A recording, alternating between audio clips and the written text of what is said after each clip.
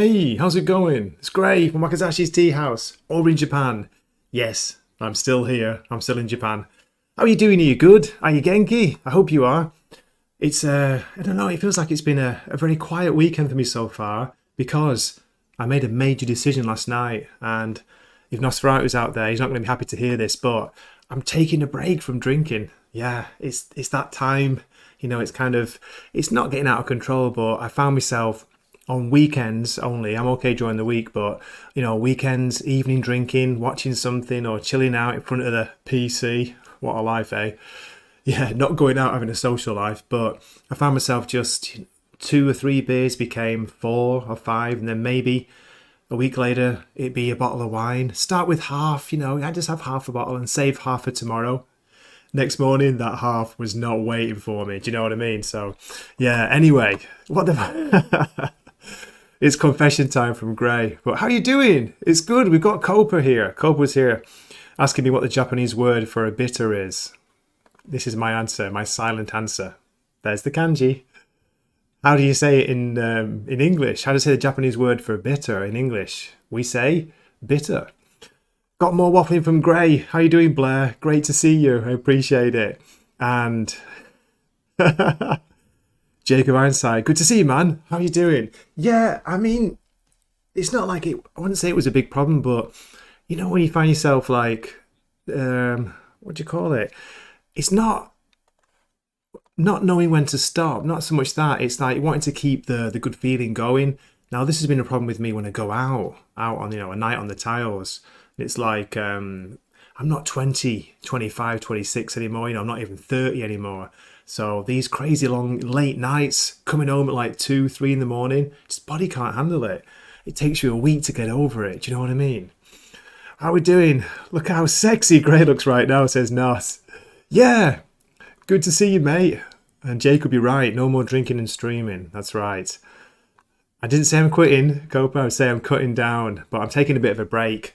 And one more reason is I suddenly, out of nowhere, after like 49, almost 50 years, suddenly started getting a beer belly. It's like, oh my God, I've been so lucky with that. It's never really shown before. I'm not saying I was a huge drinker, but when I drink kind of thing. Now it's like showing. It's like, oh no, that is a sign. I'm not having that. So there we go. What? Says Nosferatu. Why would you do this to me? I know, right? That's the title of my live stream. Garbage in, garbage out.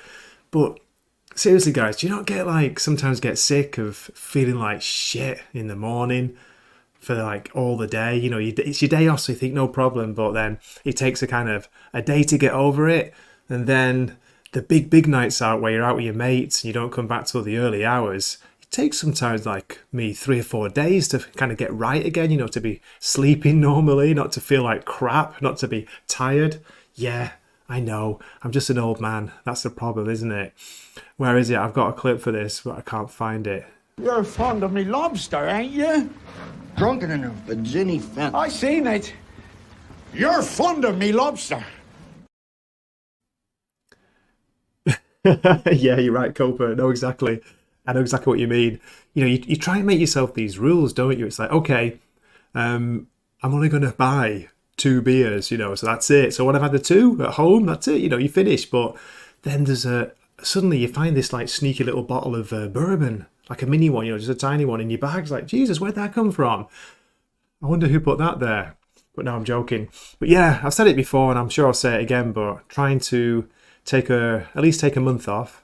Part of this is down to the allergies. I've got this crazy autumn, fall hay fever in Japan, kicks in around, this month. And drinking on top of that just makes me feel completely wrecked. So there we go. Gray, Zax, good to see you. You've got a 1-pack, Jacob. Oh, I wish, yeah, that's it. That's all. I used to have, not a 6-pack, but I used to have definition, a little bit of definition. My 6-pack, if it ever showed, it was really weird. It wasn't symmetrical. Do you know what I mean? It was a bit kind of out of squiff. Oh dear. Good evening, Dwayne. How are you doing? Are you good? I want to talk a little bit about Invisibles in a few minutes and about the spooky season, about a ghost story, based on a true story from a castle in England somewhere, or it could be Scotland. It might be Scotland. I'm not quite sure. So yeah, but yeah, I just went on a bit of a waffle about taking a break. I tell you what my rule is, and we'll see how well I keep to it. I'm allowing myself a drink on birthdays, not just mine, of course. You know, family birthdays, Christmas Day, and New Year's Day, and we'll see if I can do it. Yeah, I said that before. Drunker than a Virginia fence. That's right. Cobra, I hear you, Gray. I was getting out of control again with the sips 2 weeks ago. Just one sip. Oh, come on, Cobra, I'm sure. Yeah, you guys are fine, but it was getting a bit worrying. You know, I think the final straw was, and again, this might sound like nothing, but the final straw was last weekend. I think it was Saturday night. I'd had 3 tall cans, like only 3 beers, quite strong, like 6% each. And I also had spare, like I had a little mini bottle of Suntory whiskey. What do you call the cheapest ones? It's like, you know, you can fit it in your back pocket, one of those style. And I got it into my head that I was going to have one shot after those beers. That's it. Just pour a nice shot. At the time I was watching The Wire season 2, the one that's set in the port, the harbour, you know, with some of the drinking scenes in that. And I was talking about this last week. So yeah, that one shot became the whole bottle that night. It was just like, you know, I'd have a little bit more. And then next morning, I felt crap. I felt crap all day. So, and then kind of, I almost thought about keeping that empty Suntory mini bottle, you know, as a reminder. Maybe put it in the background of my live streams, being judged. There we go. Transformers 1, Dwayne. Oh my God, I went mental for it. And most of the reviews are very positive. Very, very positive. But there's a few people out there, your boy Zach for one, and I've seen people saying, oh, this was really boring. I don't know. I'm not saying it's the most exciting comic ever, but it just felt it was crafted with love for the medium, you know, love for the characters, which I don't know much about, by the way. So yeah, huge recommend Transformers 1. Dwayne, I actually ordered a physical copy. I managed to get one ordered anyway. It'll be coming in a few days from the Tokyo comic shop, which is called Blister, by the way, Blister Comics. Don't talk about that in the chat. My hands have got no blisters. I'm a good boy. But yeah, I managed to get a physical copy, so looking forward to getting that after already buying it on digital. Crazy, right? Oh, is it called a half pint, Nos? Right, yeah. I don't know what it is in, because like Japanese ones are really small. It's a mini bottle. Oh, that, I don't know. Fit it in your hand easily. So that was crazy. PCP Grey would be the 3rd bomb on Japan. Oh my goodness, Cobra. Oh, you started without me, says Blair. Your boy Zach, mate, I love him. I've been following him for years, back before he was even, you know, a big channel, back when he used to be Diversity in Comics. And I loved his little videos where he'd just be reviewing a comic in his car. The comic could be on his knee, filming it with his smartphone, probably his iPhone, I think. That's what inspired me to really get started. You know, I thought if he could do that. But it's not just that. He's got a really good sense of humour, irony. He's very clever. Sometimes his takes are a bit, Don't forget, your boy Zach was recommending Picard Season 3. There we go. I'm in on this new Grey, says Zach's. Cool. Grey burned his Mauler plushie. No, it's around somewhere. I couldn't be bothered setting it up. It's like minimal background today. What do you reckon, Nos? Okay, what was I talking about then? Oh yeah, it's a bit of a, what do you call it?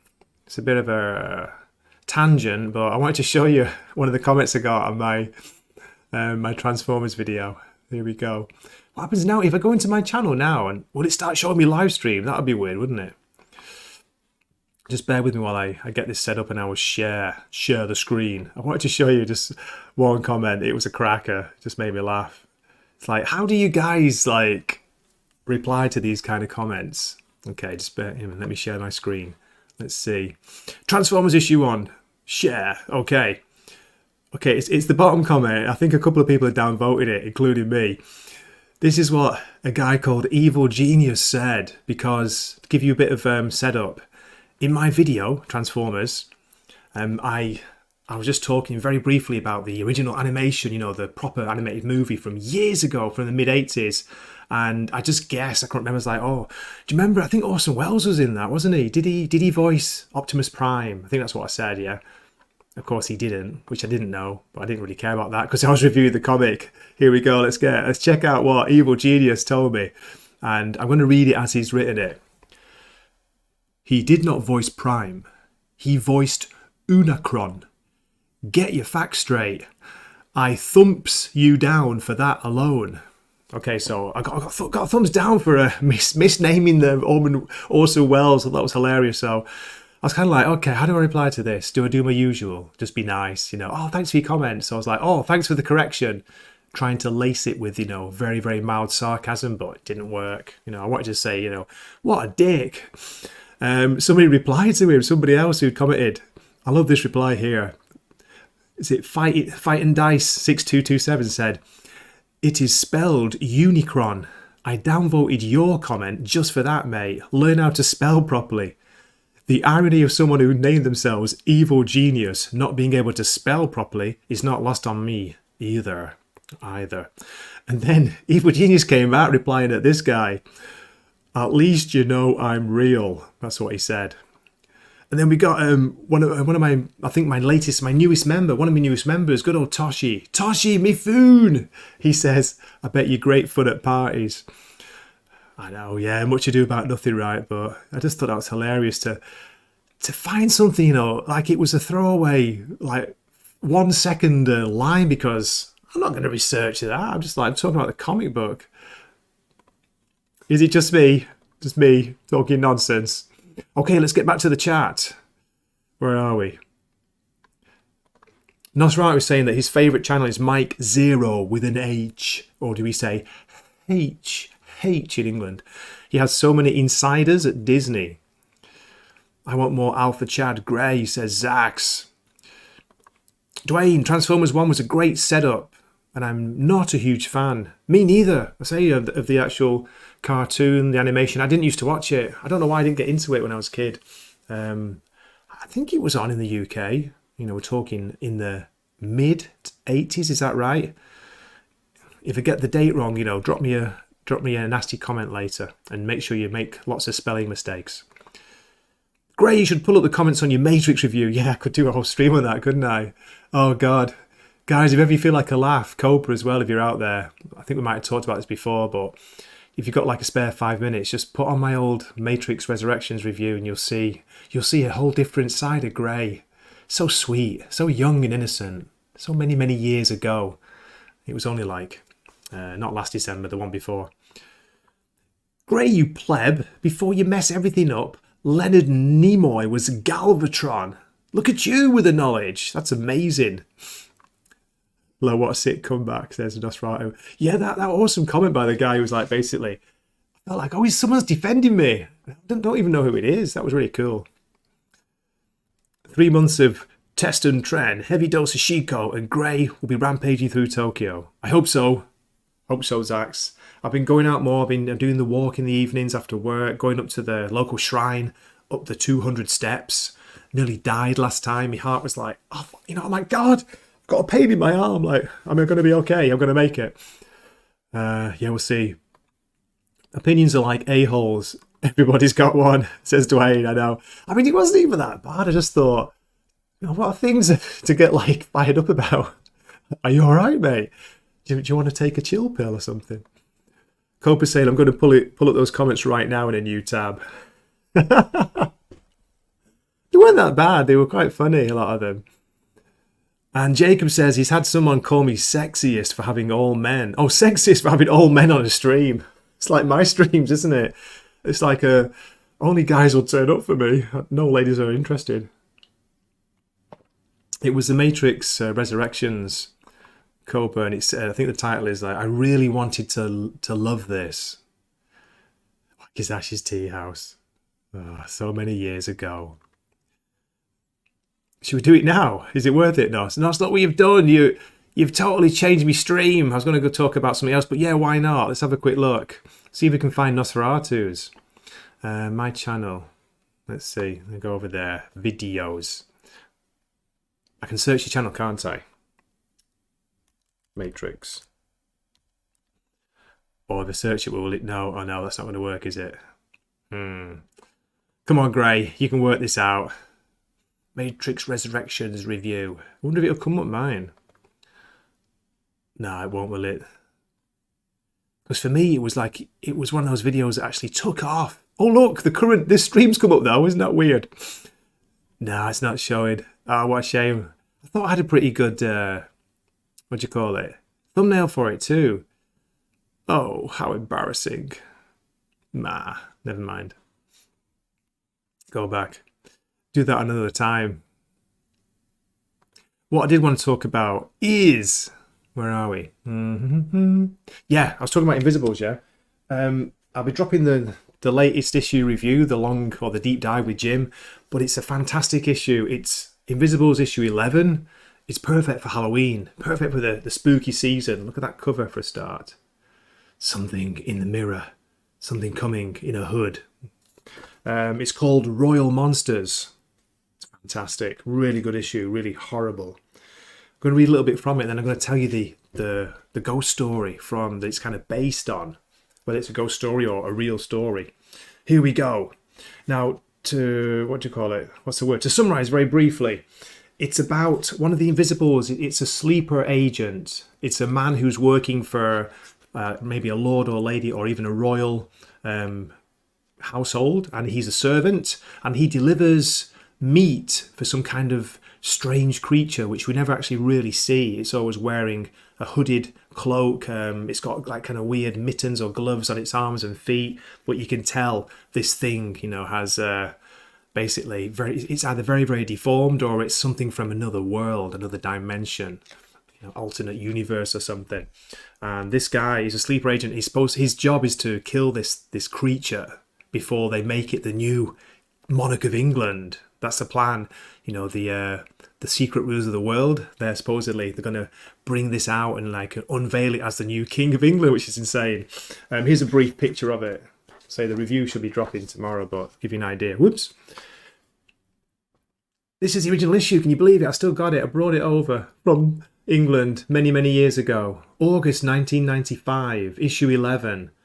Royal Monsters by Grant Morrison and John Ridgway. He's a British artist. I don't know if he's still alive, but he was probably most famous for his work on the early Hellblazer stuff, written by Jamie Delano. I'm talking about the first solo John Constantine Hellblazer series from the late 80s, which really, really got me into comics.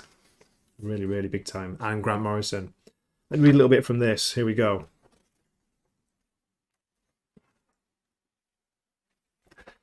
I just see. Come on, Graham. Where are we? Oh, my eyes have gone weird. I've been here 6 years now. 6 years, and I still feel the hairs rise on the back of my neck when I open those doors. In the ultraviolet light, it looks like a ghost of a room. The key is a prism. The prism is a key. I'm not sure which. They taught me how to angle it properly. No rude comments in the chat, please. There are 5 distinct hand movements. This specific combination of refracted light causes 5 ripple points to appear, and from what I can make out, the resulting interference pattern unlocks the mirror. I don't really understand the technology. So there's basically the guy's working and he goes to a secret room where there's this weird magic mirror. Uses a prism to open it up to another dimension, and this creature comes through. So cool. It always does the same thing. It hunches over the carcass and expresses some kind of frothing corrosive foam, which softens and partially dissolves the meat. It's like, Jesus Christ, Grant, what are you talking about? But bear with me, I will get there. The point of this is what it's based on, a kind of legend or a myth. Could be a true story. What do you reckon? Here we go.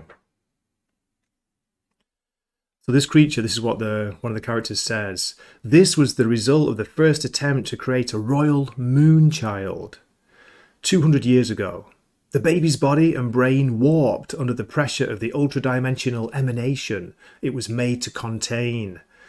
Nevertheless, this is the rightful Earl of Strathmore and our future monarch.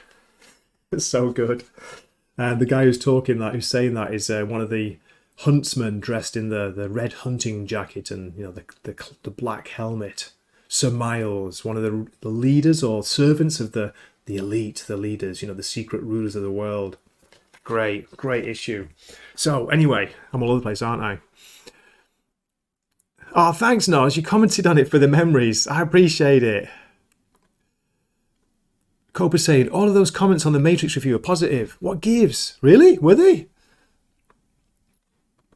Maybe the negative ones have disappeared or they're right down at the bottom. Sometimes they don't show either, but I didn't delete anything. There was one guy, Cobra, I had to block because he was like, he was commenting, replying to everybody else's comments, like just, copy and pasting the same reply. And it was like full of spelling mistakes. It was crazy. It was nonsense. He was saying, me, like this guy, this reviewer's an idiot. He's got no idea. This is going to be the greatest movie ever. It's too philosophical for this guy. He hadn't seen it yet because it wasn't out yet. But anyway. Where are we? Hail to your barmy. How you doing, man? Great to see you. And yes, Jacob, Jeff Goldblum the Fly vibes to that thing, dissolving its food with acid from its mouth. Oh my God. Dwayne, John Ridgway did a fill-in on an early Peter David Hulk. Very underrated artist. That's cool. Awesome. By the way, today my drink of choice is tea, Earl Grey, hot. It's not bad. It's a bit strong. The flavorings a bit strong, maybe. Not natural flavorings. Okay, let me get to the history lesson, the story. Glamis Castle. Are you ready for this? This is an article. Actually, I've got to change my my layout. I want to make this bigger, ladies. Does that work? Is it a little bit bigger or not? Any difference? Maybe. Look at me there, the side. Isn't that cool? This is from the Smithsonian Magazine, February 10th, 2012, written by Mike Dash. The Monster of Glamis, the secret of Glamis Castle, a concealed room, a hidden heir, was one of the great talking points of the 19th century. But will the mystery ever be resolved? Here's an illustration of Glamis Castle in the 18th century, shortly before its mystery began. And these are like proper quotes and stuff. This is the Smithsonian, I guess, is a history-based magazine or science magazine. So hopefully, it's not nonsense. But here we go. Not going to read the whole thing, just highlight it. If you could even guess the nature of this castle's secret, you would get down on your knees and thank God it was not yours, said Claude Bowes-Lyon, or Lion, the 13th Earl of Strathmore. The awful secret was once the talk of Europe. From perhaps the 1840s until 1905, the Earl's ancestral seat at Glamis Castle in the Scottish Lowlands, Scotland, was home to a mystery of mysteries, an enigma that involved a hidden room, a secret passage, solemn initiations, scandal, and shadowy figures glimpsed by night on castle battlements. This conundrum engaged two generations of high society until, soon after 1900, the secret itself was lost. One version of the story holds that it was so terrible that the 13th Earl's heir flatly refused to have it revealed to him. Don't tell me, don't tell me. Yet the mystery of pronounced Glams. Look at me. Comments after the stream for mispronouncing things. Glamis Castle remains, kept alive by its association with royalty. The heir was actually grandfather to Elizabeth II, and by the fact that at least some members of the Bowes-Lyon family insisted it was real. Here we go. Sir Walter Scott, the popular 19th century novelist, was the first man to tell of the secret of Glams. I like Glamis, don't you? Glamis. Glams.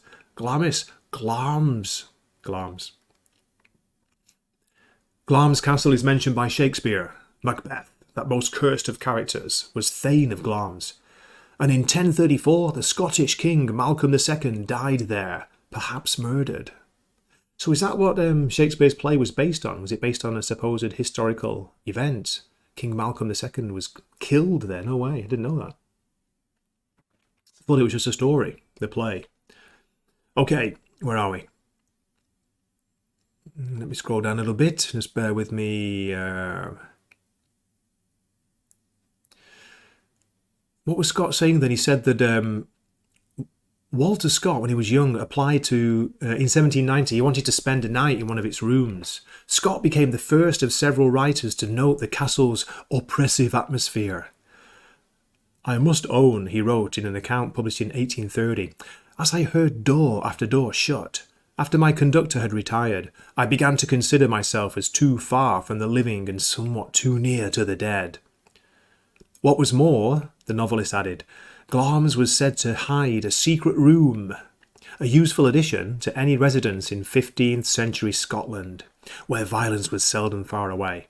Its location, the secret room, was known only to the Earl, his father, and his heir. So, it had been rumoured that the room concealed an unknown captive, a prisoner who'd been held there all his life.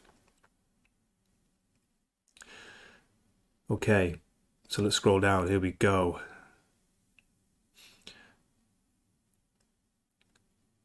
What this monster of Glamis might have looked like has been the subject of debate. There are tales of strange shadows seen on battlements in a part of the castle known as the Mad Earl's Walk.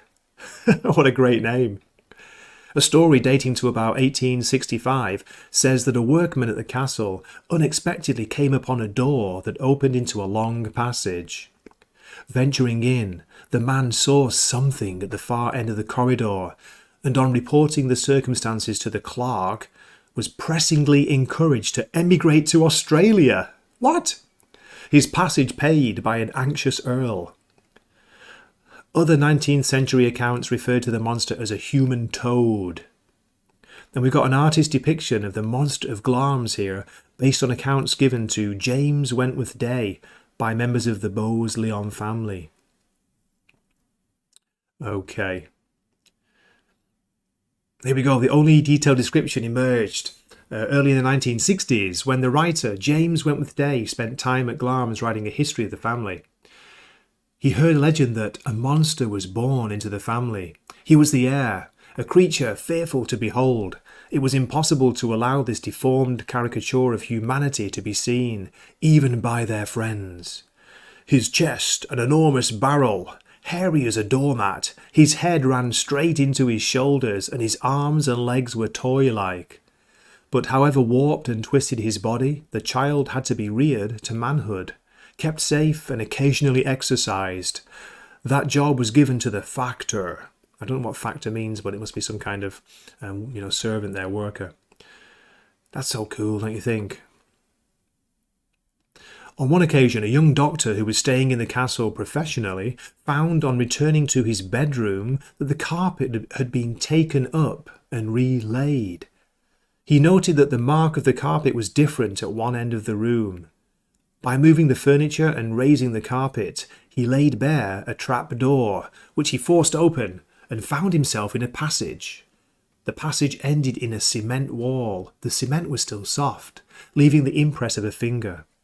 He returned to his room and next morning received a cheque for his services, with the intimation that the carriage was ready to take him back to the station for the first train. So cool. What do you reckon? Does it sound good?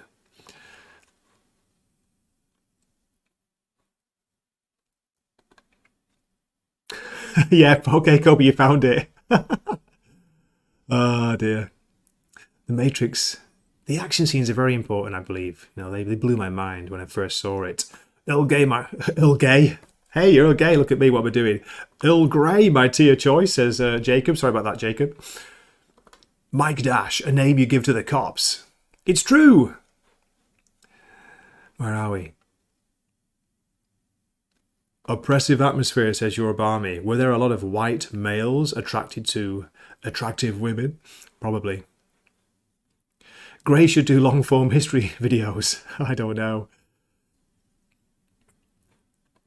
Nosferatu is saying that, Cobra, I watch a channel where the dude is basically grey with long hair. Really? That sounds crazy. Unbelievable. Where are we? Just scrolling back and having a quick check. Not miss anything. Okay, very good. Very good.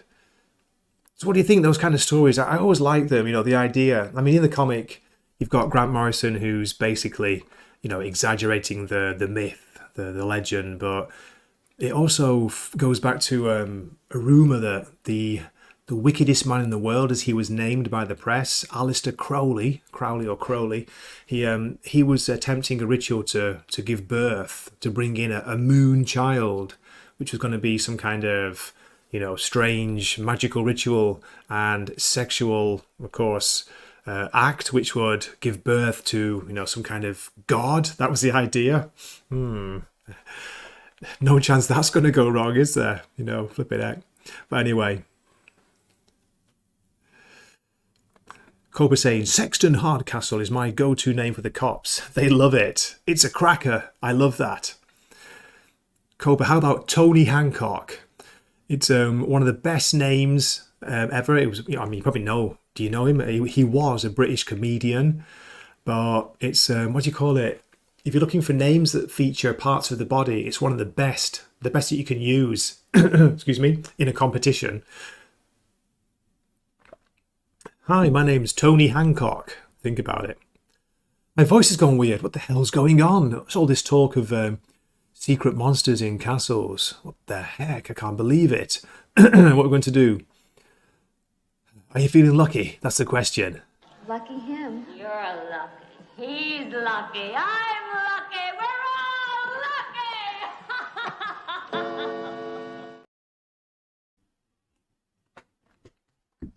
That's better. So yeah, there we go. That was the part of the Monster of Glamis. I prefer Glamis. Glamis Castle. What are the chances, do you think, that you know, a royal child will be born deformed because of rumours, allegedly, of, you know, interbreeding over the years? I'm not saying they're breeding with, like, you know, non-dimensional beings or other dimensional beings, elder beings and stuff like that, but yeah, that kind of thing is so cool. I love those stories. Get really into them. Yo, DJ Ronnie G, how you doing, man? Says DJ, oh, did you come in at the right time? Yeah. Nice timing with that clip. DJ Ronnie G, it's good to be lucky. We're all lucky. Ha ha ha ha. So yeah, there we go. Okay, what was I going to talk about next? So that was it. That was The Invisibles. You look out for that review. It's a really good horror story. Really cool. Crazy moments in it. Pretty freaky. That review should be dropping tomorrow. I was working on that this morning. It's done and dusted. Where are we? Joe Random Fact or Mike Hunt for a table reservation. I can't believe I just read those out. Oh my goodness. You got me. You got me, mate. DJ Ronnie G saying, I started 10 minutes ago on my kitchen TV with no way to communicate. Cheers, Ronnie. And shout out to all the members. You guys rule out there. Nosferatu, what are you doing? Why aren't you a member? Has nobody gifted you a membership? Oh, it doesn't show, does it? Because you're the mod of everywhere, the ultra mod, the omnipotent mod. It's unbelievable. And by the way, why are you still here, Copa and Nos? I've started reading it. Blood Meridian. It's cool. It's dark. It's compelling, isn't it? I'm only doing it in short doses. Oh, and totally random, but check this out. This is the bookmark I'm using. It's a recent, like, what do you call it? It's a reprint. Well, not recent, but a reprint of. Get into focus. It's not showing. In the middle is my paternal grandfather, who I never met. He had unfortunately passed away before I was born. So my dad's father and my dad's brother-in-law, the tall one, and younger brother-in-law. I think my dad was the youngest. So yeah, this grandfather, his first wife died, and second wife is my father's mother. That makes sense. So they're my uncles. Yeah, they kind of, you know, half uncles count, don't they? Isn't it cool? This was 1933, it says in the back, taken in March 1933. 90 years ago. Think about that. 90 bloody years. That's crazy. George Cope in the centre. He was only 45, but he looks about 70. Old people, what they like in photos. Sorry about the quality, I know. I never know how to get these to focus. There we go. That's a cool picture.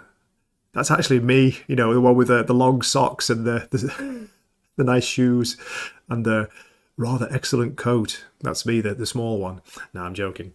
1933. Oh man, it blew my mind. So yeah, Blood Meridian. Where are we up to? Let's just read a random passage from where I am. Random passage, ladies, from where I'm up to. How do I do this? It's so dark in here. But if I put the overhead light on, it shows off all my grey hair on top. The following day on the skyline to the south, they saw clouds of dust that lay across the earth for miles. They rode on, watching the dust until it began to near, and the captain raised his hand for a halt, and took from his saddlebag his old brass cavalry telescope, and uncoupled it, and swept it slowly over the land. The sergeant sat his horse beside him, and after a while, the captain handed him the glass. "Hell of a herd of something. I believe it's horses. How far off do you make them?" "Hard to tell." "Call Candelario up there." The sergeant turned and motioned for the Mexican. So it's so cool. I'm only like 50 pages in. They're crossing this weird like white sanded desert area. You know, between, I guess it's on the way, the border between America and Mexico.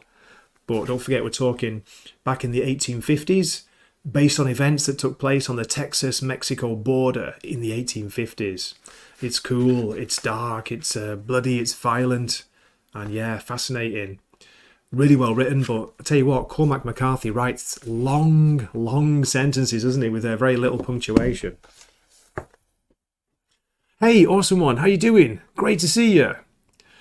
I think my family history only goes back to Birmingham, England. That's cool.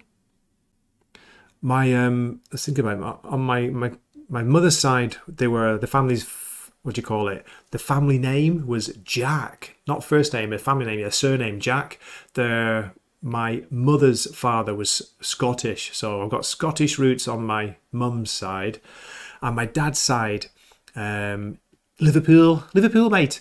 But I'm not sure how far back it goes. I think they were from, around like England for a long time. So it's England and Scotland, mixed roots.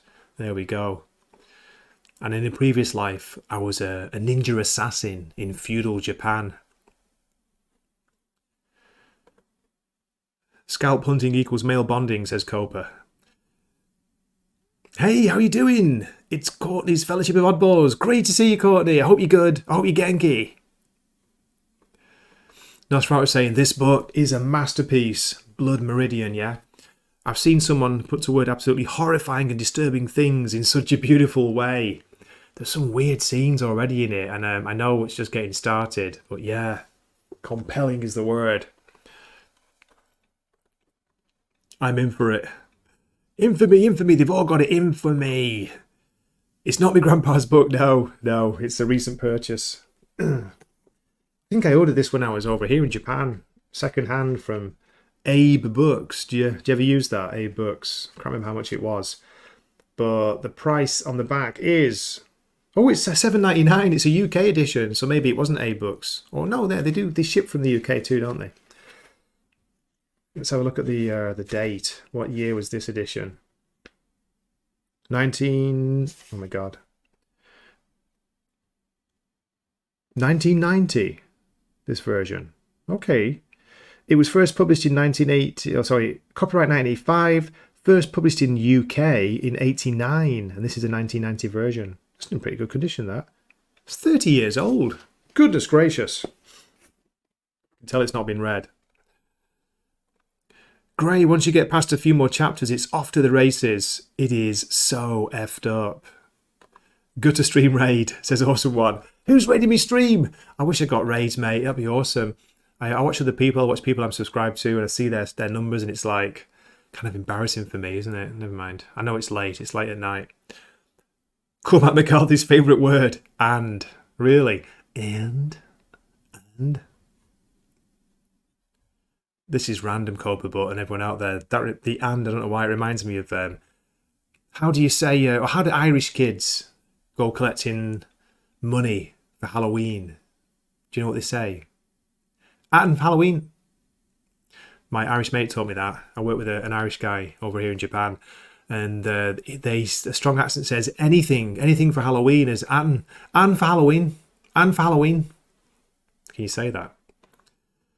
Awesome one, Blair. My ninja. Blair, my wife's family's from Derby County, the local football team there. That's cool. Good night, Jacob. You have a great night. Take it easy. Speak to you soon. Courtney's driving, so I'll be in and out. No comments in the chat on that, please. Thank you very much. Just me and Courtney. LOL. What time is it where you guys are? Is it 12 a.m. or 1 a.m.? It's 1 a.m. East Coast now, isn't it? Because it's 2 p.m. Japan, 2:10. 1 a.m. East Coast, 12 Central, 11 Mountain, 10 Pacific. Is that right? Yeah, I know it's my late night stream, but this is the only time I can really stream. On a Saturday in Japan. Where are we? Cope is saying that, Gray, you've got about 3 more chapters before it all spirals out of control in Blood Meridian. Nos is going to be me for Halloween. Come on, man. Really? I wouldn't want to be me. That's crazy. That's a crazy idea. That means you've got to stop drinking for a bit. But it's good to hear you're taking a break too, mate. We all need to do that every now and then. Otherwise, we forget how good it tastes the first time you have it, in the first time in a while. You know what I mean? Tell you my birthday can't come soon enough, but I've got to wait till January. Before that, there is at least Christmas and New Year. 1 a.m. for your Barmy. Okay, mate, that's cool. Thank you. Where are we? Barmy Army. I have another thing to talk about. I've got quite a few things to talk about, but I want to show you. I got some physical media. Some actual comics. These are cheap ones. I ordered them from Tokyo, from the comic shop, and I want to show you this. I thought Nos might be interested in this. It's a Blade Runner 2039. It's a current series from Titan Comics. Titan Comics have got the Blade Runner license there. They've been putting out Blade Runner comics for a while, and they're pretty good. I got this because that cover, it's a variant cover. It's the Sid Mead, you know, the visual futurist, the brilliant designs. It's one of his designs for the... Oh my God, I've lost the word. The cars. How could I forget them? I want to say flapper, but that's something completely different, isn't it? Drop it in the chat. What the hell are the cars called in Blade Runner? Oh no. Lost my nerd credentials. Going down in flames. I'll show you some of the art. It's pretty good. You know, it's indie style. Written by Mike Johnson with art by Andres Guinaldo. Where are we? Let's find some action scenes. Spinner. A spinner. It's called a spinner. Oh, Kobe, you got it. Nice one. The spinners are there. So you can see the art. It's not bad. It's pretty good. The story's good. I enjoyed it. I just took a chance on this because I've not been reading it. I read some of the early ones. They've got about... How many have they got now? There's quite a few. The current one's 2039. They... Here we go. Show you briefly. Look at all these. I think the first one was 2019. Then there's a 2029. And now we're on 39. But there's also a Blade Runner Origins series. These are all mini-series. And a Blade Runner Black Lotus one. So, pretty cool. So yeah, physical comic. A real comic. It's fairly new. Shipped all the way from Tokyo. And, by the way, the quality on that is awesome. It's firm, ladies. It's firm and good. You know, nice thick pages. Doesn't feel like it's going to, like, melt when you're sweating. Then I got a Marvel comic to compare. Jean Grey issue 2. This is the variant cover by Peach Momoko. Princess Peach. Not really. Peach Momoko. It's nice, I like the cover, but God, the paper, the quality, I mean, it doesn't come across, but it's so thin, it's so flimsy. Man, where are we? Let's try and see some good art. It's not bad, the art's okay. Story's pretty good. I got it because it's a rare, good female writer who, you know, a blast from the past. It's Louise Simonson. She's writing it. It's pretty good. Anything else? Bit of Wolverine there. spikes coming out of him for some reason. His body as well. There's Grant Morrison in the centre. Oh no, it's Charles Xavier. Charles! And last one, another Marvel, because these are really cheap, so I ordered them. But these are new comics. This is the latest issue of Storm, with the variant cover here. Issue 5 just came out. It's written by Ann Nocenti, and I've heard this is not that great. I did read the first couple. I got it because when I started reading Daredevil, Ann Nocenti was the writer that followed Frank Miller. And I know Frank Miller's run gets all the applause, and it is fantastic, but Ann Nocenti's run is really good as well. She wrote one of the best single issues of Daredevil. Was it A Devil at Christmas or something? It's a single issue story, and it was based on something that happened to her, not meeting the devil, but she was out one Christmas day, I think it was Christmas Day, in a random bar. It was kind of like a strip bar, a dodgy bar, and just met all these people in there, and like got kind of stories of their lives. It's a bit like Midnight Diner, but a bigger version of the diner, and set in Hell's Kitchen. It might have been Hell's Kitchen, or what? It's certainly New York. And she wrote a story about that, changing the characters' names and stuff, but kind of got the idea for it. You got Daredevil in there, Christmas Day having a drink or a few, and the devil, comes, Mephisto comes and sits down beside him and talks to him and offers him things, and you just get the different people's stories in there. It's a really good issue. Is it The Devil in Hell's Kitchen? Oh God, I can't remember the title. Dwayne, I'm testing your knowledge if you're still there. But do look out for the Ann Nocenti Daredevil run. It's really cool. Back when he was a butter knife runner. Says awesome one. Blair has the original Marvel Blade Runner comic adaptation.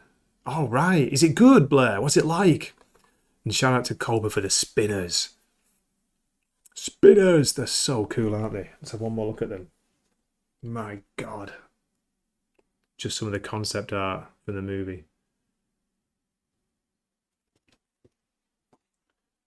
One of the things I really enjoyed about the Denis Villeneuve movie was the spinner.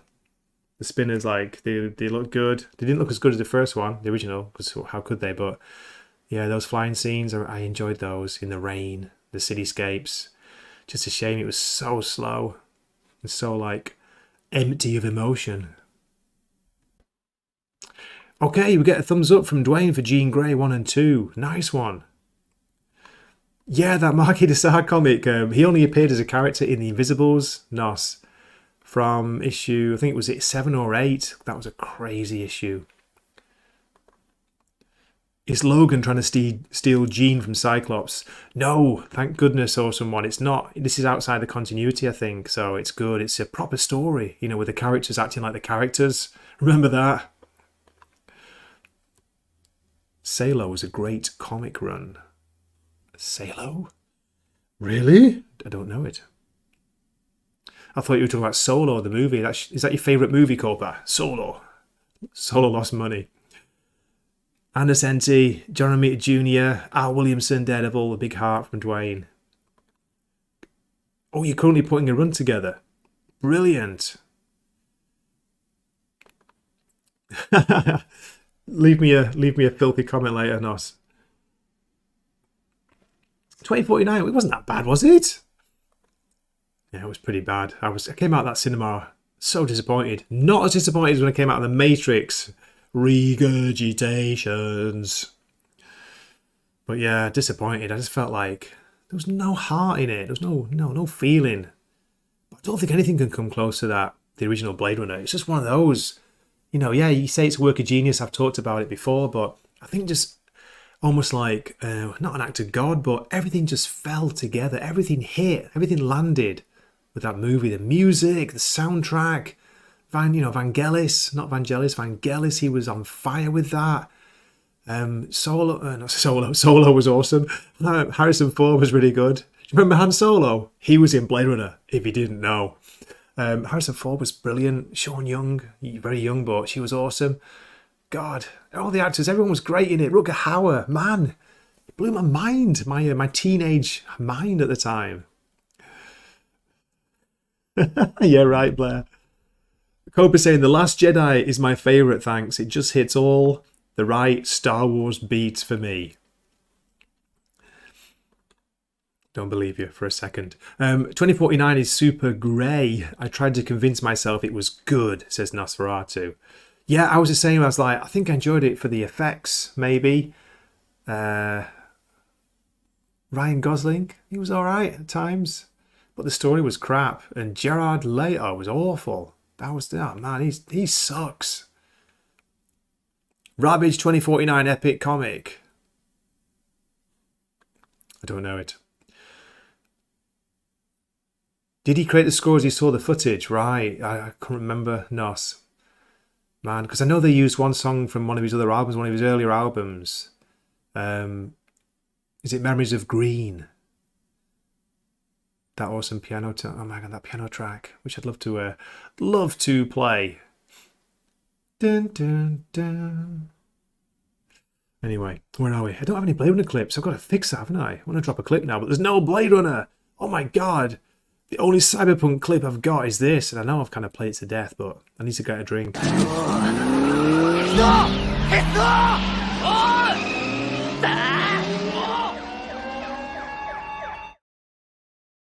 I'm really bunged up if you can tell, by the way. Really. Hay fever's knocked me for 6. I'm on strong medicine, and it makes me sleepy. Deckard, thanks for dropping those awesome. Yeah, don't forget. Use those emojis. Marvel Super Special Blade Runner by Archie Goodwin, Al Williamson, cover by Jim Steranko. Brilliant. Yeah, that's the one that Blair was talking about. So it's good, yeah? It must be good if you've got that team on it. Final warning, Copa. Says Nos. Nos, behave in the chat. What are you doing? When Rachel lets her hair down and plays a piano, Marone. Mamma mia, you don't know what to do, you? Well, you do. You're like, Jesus, man. The lighting, the whole look of it. Deckard's apartment. Deckard's apartment. The hotel. Everything. Oh, God. Time for another Blade Runner stream, isn't it? Don't worry, I won't be doing the 2049 one anytime soon. No thanks. So, let's see. Who's out there? Is there anybody out there? What is going on? Shall I drop the link? I'm not going to drop the link in the chat. Sorry. I can't do that. I'm too scared. I'm not brave enough. Let's see if anyone wants to come in. I'll throw a link out. 2. Where are we? Zax, if you're still there, but I think Zax might be busy tonight. Copa, do you want a link? You can come in for a bit. You want to chat. There we go. Blair, if you're still awake, you're welcome to drop in, mate, as well. Where are we? Let me find you. Let me find you. It's weird when you're solo streaming. I always feel like I can't stop talking just for a second, you know. Just got to keep the crowd entertained. Oh, thanks. I appreciate that, Zach. You shared my stream, but I've heard this from a lot of people, and we were talking about this last week. You get nothing. You get almost zero traffic from YouTube. Isn't that right? Sorry, from Twitter to YouTube, from X. There's nothing going on. It might act as a reminder to people, but most people, I think, you know, if they're subscribed, they get either notifications or they get used to the time you normally stream. So it's a good time to come in. Okay, ladies and gentlemen, we have a guest. Let me get my earphones on. That was pretty good, that. You know, I went 53 minutes all by myself. Blair, are you okay, man? I can see a fantastic background on you, but there was crazy noise coming out. Nosferatu's getting angry in the chat. Nos! Why is that showing? Hello. Hey, how's it going? It's going well, mate. How are you? Long time no see. Yeah, I've been kind of busy lately, so I only be able to hop on the chat a little bit and say hi, but yeah, I've been doing a lot of live streaming lately. I know, it's always late, mate, isn't it? Yeah. Sorry about that, Blair. I was using my new layout thing. What do you call it? You can edit the layout, and when you bring somebody in, it doesn't automatically go to this. So I just realised that now. Oh, my goodness. I was enjoying that Blade Runner talk. But what do you reckon to the comic? Do you recommend the Marvel one, the original one? I like it. I mean, it's very, very, very early 80s, you know. Yeah. It's a pretty good adaptation of the movie. Okay, sounds It's good. real. It's old school. I like it. It's definitely a collector's item if you're into that kind of thing. Oh yeah, for sure. Have you read any of the Titan comics? Sort of the No, more I haven't recent heard any of stuff? those, so I'm gonna have to Yeah. get those. Yeah, so there's quite a few series, and I think they're pretty decent. I was reading the first one. 2019 was good, and then but I kind of dropped out of it. But I don't know how easy they are to get because the UK. I mean, Titan is quite a big name now. They're doing the Conan comic, aren't they, Blair, as well? Yeah, I was just on the page. They do. It says it ships to US. So Okay, nice one. So, what's new? Have you been watching Ahsoka with Roman? no, No. I don't have time to watch the stuff I want to watch, much less all the crap. I'm the same these So I've days. been on a big physical media binge buying of old 70s and 80s sci-fi and fantasy shows that are like a season or so. Do you remember Man from Atlantis? Oh, yeah. Oh, cool. Logan's Run, the TV series. Planet of the Apes, the TV series. I don't remember Fantastic Logan's Void. Run, the TV series. I only remember the movie Yep. with Jenny Agutter. Wow. Yep. Yeah, they had a lot of Wizards and Warriors. Remember that? You ever heard of that? No, don't know that one either. So, DJ Ronnie Dree loves your background, Blair. Look at that. That's awesome. here's Logan's Run DVD. Okay, there it is. Michael York and Jenny Agutter. Very sexy. So here it is. Jeff Conaway. No, I don't know that. Yeah, it was only eight episodes, 1983. And it was, total straight up fantasy. Okay. Is it American or Canadian Yeah. show? American American. show. Let's have a look. And then there's this. Zach's will know this. This is the TV show from the Friday late the 80s. 13th. Yeah. Next week, Blair. It falls on a Friday and it's in October as well. Friday the Sweet. 13th. Those are always the best. Here's the Man from Atlantis. I remember that very, very vaguely from being a kid. I don't think I've not seen it for years, so I don't know if it's any good. Mork and Mindy, Yeah. says Dwayne. Oh, God, I remember that. That used to be on the Channel 4, I think, or BBC 2. Yeah. Yeah, but I've been watching old stuff, like real old stuff. Been having more fun with that than anything that's been coming out lately, that's for sure. What else do you recommend that you've seen then? Like, really, this has aged well. This has held up well. I think it's good.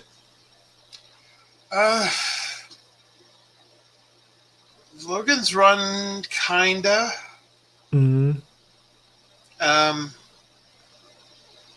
But a lot of them are kind of like the special effects are very, very dated. Now because it was all practical and it was like on the cheap. And these are American TV shows that did not have big budgets, so Okay. you look at them now, you can definitely peg them as being in the 70s or early 80s. But Mm. if it's nostalgia, Oh, also one saying TV show was like a prequel to Warehouse 13. Which one? Oh, Friday the 13th. Yeah, yeah. They went out and found cursed objects and Friday the 13th with the former Captain Highliner. LOL, says Dwayne. I haven't seen it, Blair. I've heard of it. I knew there was a TV series, but I've never seen it. yeah, it was it's Canadian, but it was syndicated here in the States. Okay. It went 3 seasons. It was also advertised as a show called Friday's Curse. Is another name that it went by. But it was like, that very late 80s, early 90s Canadian syndicate thing. It was like Forever Night. Yeah. You ever see that? Yeah, it has that feel. Even the guy did the same music. Let's have a look. TV series. I'll bring it up. We'll find some images. 1987 it started. 3 seasons. Oh, okay. Get some images for it. Okay. Yeah. Oh, yeah. Yeah. Yeah. Wow. The girl was from, she's staying in Louise and the Creeps. Louise was her name. What was her? Robbie was it? Yeah. Hey, Noreen, good to see you. Yeah, Louise Robbie, or Robbie was the woman's name. Okay. It's a video here from somebody who's saying it's a forgotten, a nearly forgotten horror classic, the Friday the 13th TV series. Okay, cool. Have to look out for that. And there's another one. They did a War of the Worlds TV series back in the same time. I had Jared Marshall in it. Adrian Paul was in it, actually, too, from Highlander, the TV series. Oh, yeah. It had 2 seasons. It was Canadian. But there's like tons of stuff like that in Canada and America that lasted 2 seasons or half a season or even just 4 episodes. There was a show called The Phoenix from 1981. It only showed 4 episodes, and that was it. It never made it. That looks pretty good. That's a photo from the TV series there. That's cool. Yeah, they had an uncle who made a pact to Satan, and he sold cursed objects out of an antique store. Okay. And then when they inherited it, they found out what happened. So then every week they're tracking down an old cursed object, like creepy dolls and Quaker blankets from hell and. Cobra. Hey guys, what's up? Hey, how's it going? How are you doing? Talking Blade Runner 2049 and how much we love it. I have something I would like to show. I got this. Oh no. What's it going to be this time? No. Look, it's kind of large, but I think you'll like it, Kobe, you've been stressing Nosferatu out in the chat, I got to say, with your 2049 talk. I know. I'm wanting him to kick me out of the chat, but he's Trigger! I'm trying to trigger him as hard as I can, but he won't. Like, what does a guy got to do? But here, I'll show you guys here. Is it true that you sold your hair to Culture Casino for fame? Saw someone. Oh yeah. Yeah. But then he got famous for all the hair I gave him. So screw that guy. He's been wearing a Copa wig the entire time. Check this out. Oh yes. Yes. Me full screen solo. Here we go. Wow! Look at that. It's from the Marvel comic that someone was bringing up in the chat. That's cool, man. Normal sized. I got the normal sized one. Oh, you do? Yeah. Okay. So this isn't special. Damn. Well, that size is, I haven't read this comic. Opposite. Yeah, it's huge, huge, humongous. Your size is very special to me, Copa. That's all I'm saying. Is it? Okay. Yeah. But don't tell his wife. Very cool, Dwayne says. Yeah, that's awesome. No, tell her. When did you get that, or where? Where did you get that from? I got this at a local comic book store, and dude, I think I only paid like $10 for it. Cool. They were closing up, and they also had this. So I guess Marvel did a run for the Warriors back in the day, and they had these like giant posters for the Warriors that they were giving away, and so I've never seen it before, but it was. Why can't I think of the baseball gang at the moment off the top of my head? I'm sure. Yankees? I'm sure. No. In the Warriors. Stream Brain. It's called Stream Brain. Yeah, the Yankees. Oh, the Furies. Baseball Furies. Yeah, Baseball Furies. So they had this poster of the Baseball Furies there. I've never seen this before. So cool. I wish I could bring it out right now, but I think it's too big for the frame here. But it's just like one of the best Baseball Furies. He's holding a bat, and it's the bat's dripping with blood. And I was like, dude, I've never seen this kind of art before. And he said, yeah, Marvel was doing a run. They only did like 2 or 3 issues before they canceled it. Yeah. And this warehouse got flooded with all the posters and promotional material, and like maybe only 50 or 60 survived of these posters. And I have one, and he sold it to me for like $25. That was it. Bad. Yeah, and I want to get it framed, but I haven't yet. So it's just sitting in the closet right now. I have a picture of it somewhere. I should. What, like you, Cooper, in the closet? Hey. No. I'm not in the closet. I'm totally out. Not anymore. Yeah. Nosferatu say they hail from Riverside. No way. Who does? Really? Baseball Furies? The Baseball Furies, I guess. Oh. Jim Marvel, do you remember the Kiss comic they did? Yeah. It was a big thing because they put their blood in the vaguely, ink. Yeah. Yeah, that was weird. I'm Marvel trying to see if Doc they had the have it. greatest shit. I want to see if they have it online by any chance, even though it's a rare poster. But it's so phenomenally done. You guys would trip out on it. Let me gander at the Googles for a moment. That's a nice see if word. I like can find that. I like that word. Gander? Let me gander. It's a very Marvel, English stream. It's Gandalf's cousin, twice removed, isn't it? Have you got Gander? So, when's your birthday again, Gray? It's not until January. It's a long time to wait. Okay. So we're going to party by drinking a lot of Earl Grey tea. Is that what you're trying to tell us? That's right. I'm on the tea. It's so boring at night. You know, when I'm watching something, I'm like, cup of tea or a cup of coffee. Man, it's a bummer. I know what it's like though. I know what it's like when you sit there and you take like a little analysis of what you've been up to, and you go, oh shit, maybe I should slow it down a little bit. Maybe I should take a break. Take a break, yeah, just a little one. Let's see here.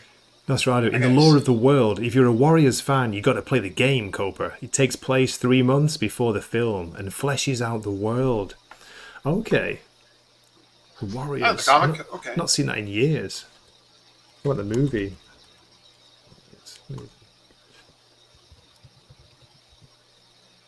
Yeah, Marvel did all kinds of things. Yeah, that's crazy. They did an adaptation of The Warriors. I'd never heard of it. Let's share it. Rockstar did a video game, remember? Of what? The Warriors. Rockstar did a video game of the Warriors? Yeah, like the 2000s, 2010s. Yeah. Out of the fucking blue, they did the Warriors. Which one is you? I want to know. Which one is you there? Are you the guy with the white guy with the afro? Oh, I'm definitely the white guy with the afro.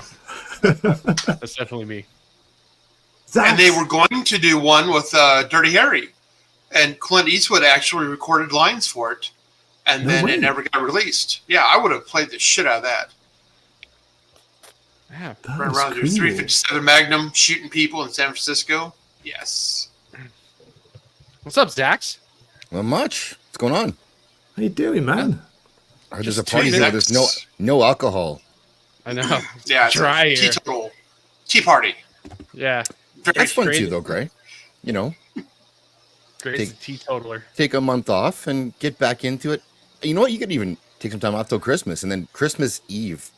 Just go. I know crazy. Christmas is weird in Japan already, right? For you, so just Merry get fucking fucking Christmas. just get blitzed so hard on Christmas Eve and wake up on Boxing Day, Gray. The hell's crazy. Boxing Day? You guys, you're so uncultured in the States. Boxing Day, December 26th, the day after Christmas Day, when you got to fight everybody. Come on. Yeah. All right, I'm in. You don't go to work either if you're in Canada, so that's always good. It used to be holiday UK too, Zax, but I think it's working day now. I think it was I think you guys started it like most things that we adopted. Like the Queen, we adopted her at one point. Yeah, we don't do Boxing Day. No. We do everybody return. Off. We turn, what was that called? Black Friday or something? No, It's All right. African American Friday. You can't say black on YouTube. Yeah. People of color Friday. POC Friday. Yeah. Japanese people eat KFC on Christmas because they think Colonel Sanders is Santa, says Nosferatu. It's not true. They just like that Kentucky Fried Chicken on Christmas Day. I've heard that. It's crazy. Because they thought Americans did it. They got sold a lie. Yes. And then eventually Americans would tell them, no, only people do that like white trash Americans. Oh, no. That's me now, everybody. That hurt their feelings. You know, whatever. You do, you guys. Named and shamed by Blair. live on stream. I am white trash. What's this? We got Cobra. Here we go. Let's bring it. Let's add it to the stream. That's the poster I'm talking about. Oh, nice. Oh, that's fucking cool as hell. Look Yeah, at that. Yeah, nobody has it. That is Like, badass. Only a certain group of people have it, and it was a warehouse out here in Atlanta that flooded, and so they had to get rid of them. And a lot of them received water damage. This is one of the few that doesn't have any water damage to it whatsoever. And he only sold it to me for like, I want to say like no more than $25. Wow. I'm like, okay, dude. You gotta get that framed. Oh, I am. I definitely am. Did you guys talk about the game? I never got to play it. The Warriors game. We talked about it a little bit. That's right. Yeah, we're saying Rockstar it's did it. one of Yeah. the best hidden gems ever. I don't know. I didn't even know Rockstar did a Warriors game. It's crazy. Yeah, it was like right out of the blue. Like no rhyme or reason for it. It's just they did it. When was this? 2005, I think Nas said. It sounds about right. So was that like before Bully? Maybe. Yeah, it has to be before Bully. I think so. It kind of went straight to the bargain bin here, from what I remember. Like it didn't get promoted. I don't think it did very well. Really? I don't think it did either. I don't know if it was lack of promotion or just I can't remember why it didn't. Bring up a preview. It's a weird like niche movie that we like, but like Oh, how many yeah, kids have yeah. heard of it or would want to go buy the game for a movie they've probably never heard of? It's a difficult tie-in. They're talking about that. I think it was Razor Fist was talking about it with side scrollers. Oh yeah. They'd mentioned it, and they said that one of the reasons why games like that got made was that people our age, remember that, are now in charge of these companies. So now they make what they want. So that's why you would get a random Warriors game because Yeah. Yeah, I'm not weird. complaining. oh god, it's- Weird. So you buy- I had no idea. steal car stereos and buy drugs. That sounds just like the 70s. Nice. Yeah. Warriors video game. Does look this anyone up. watch the Continental, by the way, speaking of 70s? Not yet. No. No. Is Nope. it good? Gray? Halfway through episode 2. I enjoyed it. I think it was pretty good. It's like three films basically. It's not like a TV series. Did it each wrap episode up? is like 90 minutes. Yeah. Okay. But they could they could continue from there, and I would like to see more of it actually because but it's very this is cool. The game looks good. It's more John Wick 4 than John Wick in terms of the action though. So if you didn't like that, people are bulletproof, but there's a lot of enemies kind of deal. Huh. As opposed to tactical John Wick 1 takedowns. All right, that's enough. Looks like you can handle yourself out here, young blood. Let's go try on your new colors. And there's a bit of Smoking Aces in it too, where it's these sort of Man, you're bringing up a movie assassins. not many people know about. It's a good or movie talk though. I about like it it. anymore. Yeah, I Smoking love that Aces? movie. Yeah, it's really good. Yeah, Not many people talk about it when you bring up like action films. I like it. I own it. I bought it on Blu-ray. I think it's Blu-ray. Yeah. It's a good one. Like I like the action. It has great characters too. It's I don't know why it didn't do better. Really, I guess maybe not a big star. Jeremy Piven's not the biggest star in the world. Well, there's a ton of stars in it. That was like an ensemble cast. Smoking Aces. Apparently, you can heal yourself with Coke in the game, says Nosferatu. Nice. Nice. Right. It's the real thing. It looks good, doesn't it? Pretty cool. I'm gonna see. Was How old is it? Ryan Reynolds in it too? Yeah, Ryan Reynolds was in it. Ray Liotta. That was an ensemble cast. Jeremy 2005. Piven? Jeremy Piven, Ben Affleck, Chris Pine before he was even known, if I Oh, remember. shit. Was Alicia Keys in it too? Yeah. Oh. And I think Common Andy was in it. Garcia. Yeah. Peter Berg. God, who else was in it? Yeah, it was. Everybody was in that one. Joel Was Edgerton. Ben Holy Affleck? shit. Did we say Ben Affleck? Yeah. Yeah. Yeah. Taraji P Henson's in it. So Okay. Never mind. I don't Yeah. want to watch it anymore. Yeah, I No. saw it in theaters, and I remember that was like we got an advanced copy of the screenplay to go over it in my screenwriting class back in the day. Ooh, nice. So we got to read it before, like the week before it came out. So we got to read the screenplay, and then we got to see what it transferred on screen. It was an interesting little exercise. And it was Smoking That's cool. Aces. Yeah, Now I want to transferred watch over it. really well. Yeah, so I do feel I. like I had- you guys trying to get me into gaming, aren't you, Cobra? Zach, I was so tempted last week after the stream, like to go try and get a used PlayStation 4. I know, not a 5 4 because I'm poor. You know, what do you reckon? Is it worth getting one? Just get. You can still get good games for the 4, can't you? yeah. Yeah, I was so thinking that's about cheap. getting. I was thinking about getting Cyberpunk for PlayStation 4 Yes, because I want to play it. I want to play there's so Cyberpunk. many used copies out there. And I have it's a supposed to be really PC. good now. You have. I was going to buy it on PC, but then like the accident happened and I totally forgot. So it was like on sale for $36, and then with like all the bundles, it was only like $60. And then so I Yeah, almost I got gotta, it, like- and then I missed out, but I could buy it for like $15 for the PlayStation 4, and I'll be fine. I think they upgraded it for the PlayStation as well, right? Like everybody got the same. Oh upgrade? no, would- that's right. It says it's I would literally check. unplayable on Yeah. the 4. Oh, You need shit, a okay. 5 or a PC. My PC is just crap, Blair. It's just not powerful enough to run games, unfortunately. You know, decent games. So that's why I was thinking about getting a PlayStation. I bought a Meta PC just so I could play games. No way. Nice. A base model. It doesn't have all the LED lights and shit in it, but whatever. Who You wants didn't that? win good one in the graphics. giveaway? Yeah, I know, right? I have like a giveaway like every day. Nobody wins. Yeah. No, nobody wins. It's like they just want to see how many people want to beg for it. You know, Right. please give me a PlayStation. At least you The, donated to the troops. at least where I am, the cloud gaming is not terrible. It works pretty well. I don't know how that would work for you, Gray, but you can play stuff on a PC that your PC can't normally run through the cloud, and it's not terrible, depending on the game. Like if it's a really twitchy, touchy game, which you and I are probably not going to play anyway.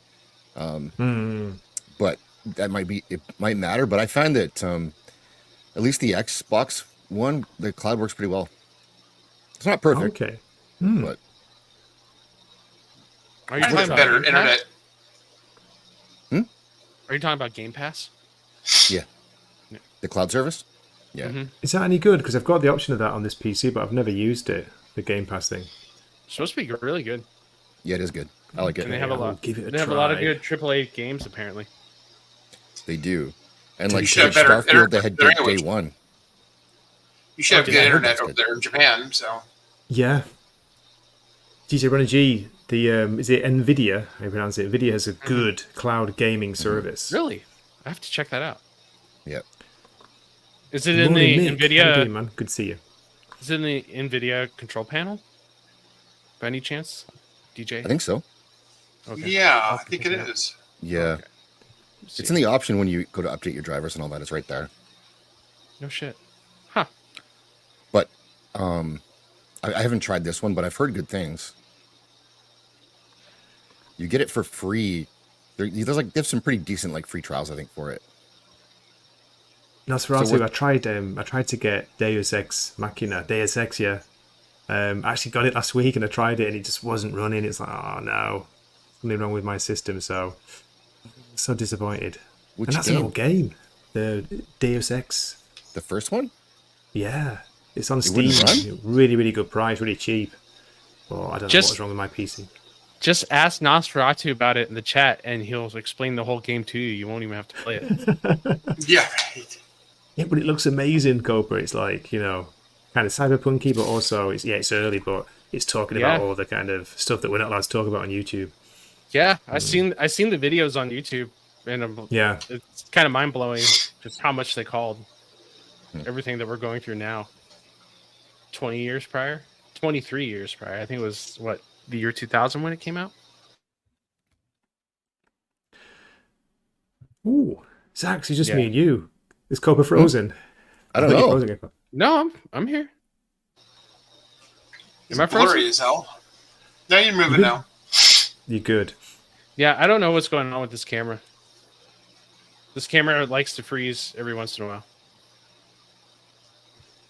Blair, I heard you Okay. talking about the Friday the 13th series. That was I like that. That was a fun series back in the day.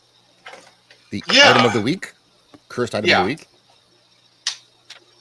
It was a really cool show. Like I was telling Greg, back in the late 80s, early 90s, you had a bunch of things coming out of Canada that were like American Canadian productions, like Forever Night, Canadian American production. yeah, War of the Worlds. Canadian. Shoved in Canada. First. Yeah.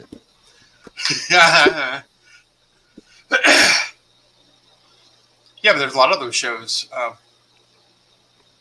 that were syndicated. They did some they did Lost Girl was pretty good. Continuum was interesting for a bit. Killjoys was good. Fucking love that show. Yeah. Dark Matter was good too. And they came out almost the exact same time. Yeah. And they were set in the same universe too.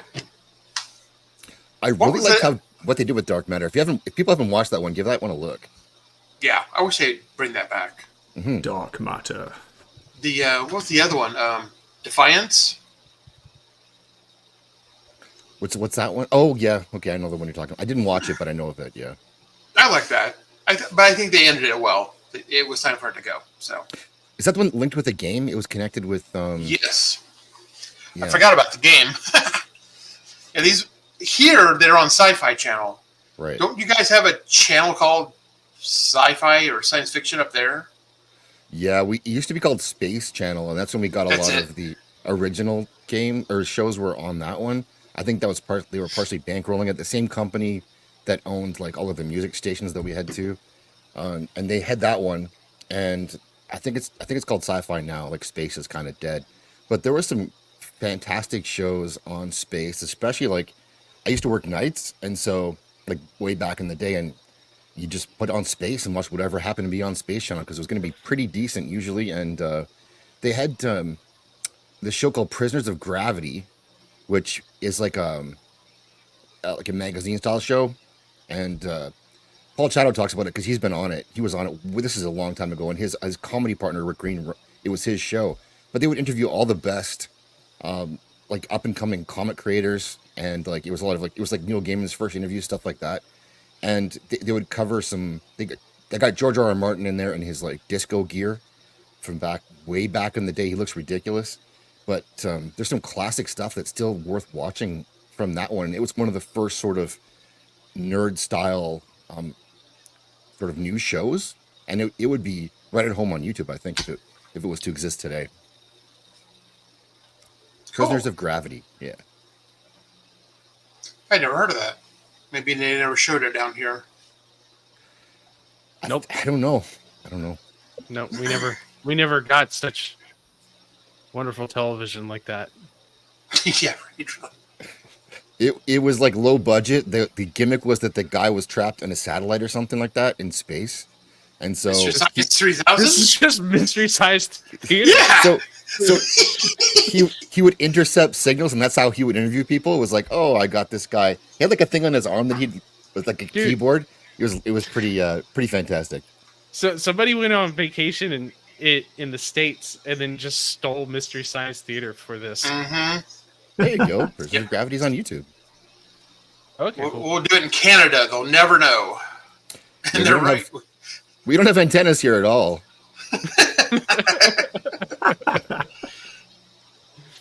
Yeah, Dark Matter. Oh man. Space Ghost, Coast to Coast. Yeah, that was an odd Adult Swim show from the day. What? Space Ghost was great. Yeah. That was fun. Brax. That was a lot of fun. Yeah. All those old Adult Swim shows were extremely fun. I have fond memories. I watch like Aqua Teen every once in a while just to get nostalgic, and it still holds up. Dude, Carl is like one of the best characters of all time. Every time he's on screen. Oh, did I freeze again? Yep, you're Oh frozen. no. I'm frozen? Blair's, oh no. Blair's gone and you're frozen. Okay. There you're back. Oh, It was Blair. it was Sorry. Blair's hit. It was Blair's hiss that was throwing me off. Oh, okay. But yeah, Carl from. Did you guys get Adult Swim up there? Yeah, Oh, we did. It was called something else. I don't remember what it was called, but of course they rebranded it. But it was the Hey. same shit. Okay. I found the Friday the 13th. It's not great quality. It's on YouTube. Let me share it. I think it says Indian subtitles. Oh, there you go. It's God. always a treat. There we go. You didn't put it on? No, not gonna watch. Not gonna play it. But there's a playlist with like quite a few of the episodes on. Yeah, let's mystery I'll science. be on there. Let's mystery do it. science it. Come on, Gray. Oh, Risk your do it. channel. Do it. Risky channel. Yeah. I don't want to get killed for music. I'm too scared. That's cool. Look at that. Sub-Indo. So, I guess is that Indonesian or Friday the 13th, Series 1, Episode 1, The Inheritance. Hula boola. Oh, the pilot, yeah. What the hell kind of name is that? Get a stage name. John D. LeMay. No one wants to say There's that. the... He went Wow. to Champaign, Illinois. I think he's from there. Who did? It's all the episodes, Blair. Look at that. Yeah, 3 years. 66. Brilliant. What channel was this on? It was syndicated, so it was on whoever wanted to buy it. Oh, okay. It came out the same year that Star Trek Next Gen came out. Oh, I think I kind of remember this now. Rob G. Because we had a local independent channel that got a lot of syndicated stuff, so they would play this, and it was like the best channel ever as a kid because you had your sci-fi, you had your horror, you had whatever. My God, is this showing up, guys? Look at this. Yeah. Playlists. You've got all sorts of things on here. Some Daniel people have everything. Yeah. Tales of the Crypt. Awesome. Dark Knight Adventures of Ivanhoe? The Hitchhiker, Season What is 1. that? What the fuck? Nightmares and Dreamscapes, Stephen King series. I kind of vaguely remember that. Thriller. Do they have Adventures of Briscoe County? Because I'll watch. Did you guys ever watch that? Adventures of Briscoe What's County happening? Jr.? I hated that show. Yeah, I could.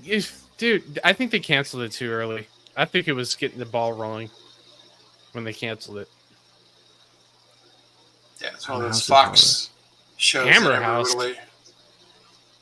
I like the sound of this show. It's a British show, right? I didn't even know they did a TV show. The Hammer horror movies are famous, aren't they, from the 60s? Peter Cushing and Christopher Lee. No way. This looks a bit naughty, this, doesn't it? A bit 19... Is it 80s or 70s? I think 80s British horror, okay. That looks pretty bad, guys. It's kind of like we had Tales from the Dark Side here. Yeah. Yeah. Oh! Uh-oh. Oh, no, cheeky. A little cheeky there. Ah, Jesus. Yeah, be Risky channel, careful, British. Yeah, right, really. It's been nice knowing you, everybody. Show those Japanese tuner knobs. This looks good. I have to watch this later on my own, of course. That was one of the cool things about British TV in America. That after like 9 o'clock or so, they'd show all the good stuff like Benny Hill and flash Yeah. boobs on the screen. Thank you. Yeah. That was the best part about Benny Hill was the possibility of boobs. What Exactly. did they call it? Was it the Watershed? The Watershed, something like after 9 p.m. I think in the UK, they could show like a bit naughty stuff. Safe Harbor is after the Safe Harbor time Oh, in America. Never heard of that term. Yeah, that was a big thing. Not so much anymore, but back in the day when it was all broadcast, 6 to 9 was a safe harbor because kids were awake. Then after 9 o'clock, they should be in bed so things could get a little more adult. A little blue. And then after like yeah. Skinny Max, nice. But for broadcast TV, so all of a sudden, like 11 o'clock at night, you suddenly had Benny Hill, or you had Cell Block H, or some weird foreign show that would show boobs. I'm in. Did you used to watch Cell Block H, Blair? Prisoner of Cell Block H, Australian drama. No way. That takes me back. So boring. It was terrible. So weird. It's like a woman's prison movie thing every time. What show used to show boobs though, Blair? I walked in the tail end of that one. Benny Hill. Oh! When they would show like British shows late at night or whatever. Flashes. Yeah. Flashes. Yeah. So this is Prisoners of Gravity. So it was developed by the Ontario Public Television, is what it was. Oh my god. I'll leave the new, but it's like this is great. This is super cheesy, but then it's Jack Kirby being No interviewed. way. Like it's a great old Jack Kirby interview. He got everyone on this show. I don't know how, but all of the big comic people would come on this show with him. This cheesy space-based show, like you couldn't get more tacky, and it's public television. This guy's face. I know the face. No way. Yeah, there's hundreds of these episodes too, like, yeah, and it's all these great creators. It's worth watching if you're bored. Like it's good background stuff now, especially because these guys are all probably dead, but Yeah. Especially Yeah. that well, this guy, mostly this guy. guy. He was the first to go. He had it coming. He did. Yeah, He so should that have was paid. He should have paid. like how there's nothing like that now that really gets like you can't get. We want them to shut up first of all. Usually the creators now, but Yeah. You don't want to interview him. no, there's no. It's all we hear about really is the people who are doing their GoFundMe's or their Indiegogo campaign. That's kind of it. Yeah. YouTube is kind of taking over for a lot of that kind of thing because you'll have, Mhm. they'll interview somebody either on Fighting Night Heights or not even that, but like more of a like one-on-one show like BBC or Eric July or somebody like that, in that vein. Yeah. But I think that cheap aesthetic, like Mystery Science or what you just showed, I think that could work on YouTube and people would gravitate towards it, especially Totally. us geeks and nerds. Like if you Probable. do it the right way. Probable. Graham too. Coper. Yeah. You get turned on by the nudity in Oz. Says True. Nosferatu. Big time. Lots of gay sex. Yes. That was a good show. Wow. My It God. was. All right. That was HBO's first drama show. Everything before that was comedies. Yep. Oz was good though. Hey, Oz Brahma. was good. How you doing, brother? Good to see you, man. Hope you're good. Hope you're Genki. How was your bourbon? Oz was He's- good, but it was no Sopranos, True. So But it had its moments. when Sopranos dropped, that took HBO to just a different level, and The Wire. The what Wire took- is the best thing ever. Been rewatching them both, Coper, as we were talking about, weren't we, last week? Yeah. Yeah. Absolutely brilliant. Never watched Love The Wire. Oh my god. Oh, you got to watch The Wire is Yes. really good. One of the It's best very cop good. shows. Yes. Isn't it? It's kind of like boring. Skip season Tried 1 to and start with watch season it. 2. It's awesome. The Docs. I love the Docs one. Season 2. Are they? But they're connected though, aren't they? Yeah, kind of. You could watch a season without really having to know a lot about the previous. But I've tried to watch it like a couple of times. I just can't get through that season. I don't know. It just kind of. I don't know. I'm not buying into the characters. Maybe. I've been told it's the best show of all time, but it doesn't. It just starts off so. Not to say he's scared to watch it because he's a crack dealer in Baltimore. he might be on it. Oh, He's on it. He's in it. Well, those background characters were real people. I used to have a theory that Gray wasn't actually a Brit in Japan. That he was a cab driver in Baltimore who put on the accent and had a show. Come on, Gray. You Is can be when you Baltimore want on still? Is it a YouTube, right? dangerous place, guys? I've no idea. I'm so innocent. Is that baby Greg. up, Copa? Yeah, she just woke up, so I better bounce, guys. Okay, man. Wait. Okay. Sorry, I missed the chat. Sorry, man. Take care. Nice hanging out. Take it easy, Copa. See you guys. Oh my God. And then there were 3. I don't want to go on too long, guys. I know it's late for you two, so just let me know how you're doing. Yeah, whatever. I'm fine. I'm wide awake. I watched UHF channel. No Accidentally thing clicked about on cops. Yeah, not a goddamn thing. You're Prisoners right, of Brahma. Gravity. Yeah, it was good. It's public television back in the day. Look at Canada back in the day, bringing the comic lore. That's awesome. Interviewing the real creators. Trying to watch The Wire now is so strange because the tech is so different too. Watching Yeah. it like it's really dated because they were just getting into some of that stuff. Tech was just moving forward, but it wasn't anywhere near where we are now. But it's also not vintage where it's rotary dial phones. It's that kind of in between phase. Mm-hmm. Yeah, that's a bad thing about shows that the tech really kind of period sticks in that period. Yeah. No Brahma. I know nothing about police. No idea. Experience. None. No idea. None at all. Yeah, Baltimore's a shithole from hell. Really? Is it that bad? Big time. Yep. Even out of that from up here. Have you guys watched? I'm thinking of doing this week's show talking about horror television series. Oh, yes. For Wednesday. Sounds Do you good. guys have any recommendations or thoughts for horror television? Like you talked about some earlier, Blair, but like any other, like House on Haunted Hill comes to mind right away for me. But what else have you guys seen that you really liked? That's a series. Well, there's American Horror Story. Yeah. It's on how many seasons of that now. Mhm. You have the old Night Gallery from Twilight Zone guy. I can't think of his name right now. Rod Serling? Yes, that's it. Brahma, yeah. That's one of my favorite. That's the Mike Flanagan stuff is I almost always get behind. He's made some House on a Hill, and he made the vampire one. They're in the Yeah, I can't remember the title. No way. Midnight Diners, something like that. Stream brained. Yeah, Midnight I do. Mass. Midnight Mass. Midnight that's it, not Diners, Midnight Axe. Diner. You've got to watch it one day, but it's I not gotta watch that horror. one It's not horror. instead. That's a good one, yeah.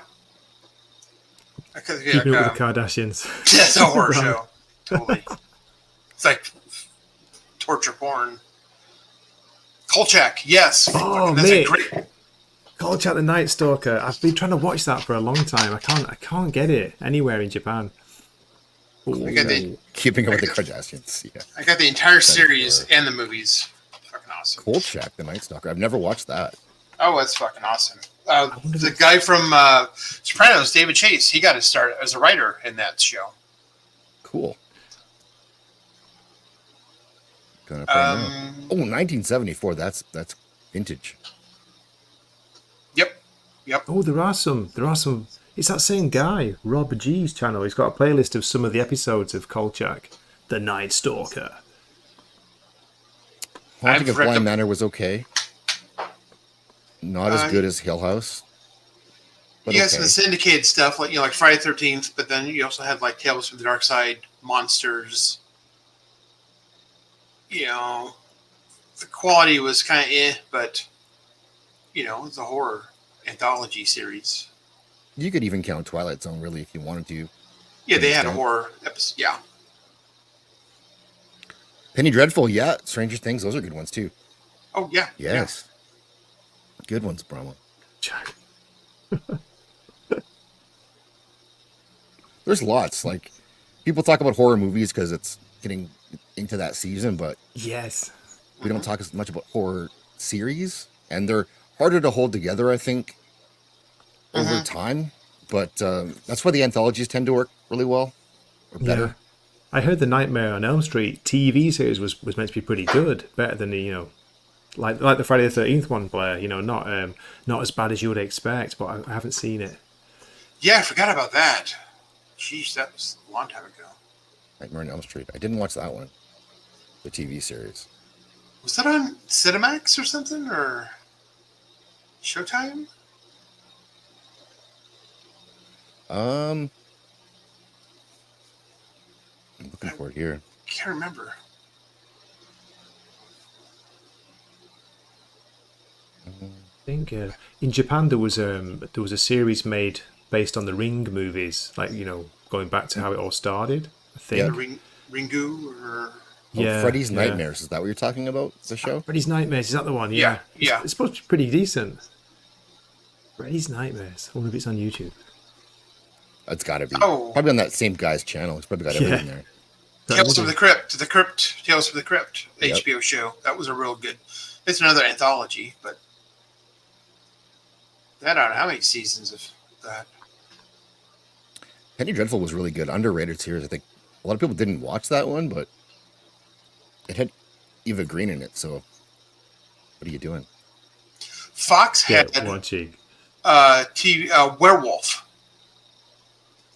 When Fox TV came out, like 88 or 87, one of the first series they had was Werewolf. It only lasted half a season, but Rick Baker did the makeup. Oh my God. Rick Baker. Awesome, Blair. So the werewolf looks cool as hell. It's very short-lived. I didn't watch The Brahma. Werewolf by Night, but I heard it's okay, actually, the Disney one. Lock and Key. One of It their was better Wasn't ones. too bad. I started it. The Mist series. I don't know if that's meant to be good or not, but the Mist movie is great. Zach, have you seen that? The Mist. Not Yes. the really old one, the more recent one. Yeah. Frank Darabont. Yeah. That's cool. With Thomas Jane. Punisher. Have you seen that one? Tom Jane's in it, isn't he? Yeah. That movie, yeah. There's a TV series, too, Yeah. Yeah.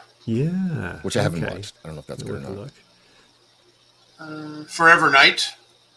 That was a vampire thing for a while. Hmm.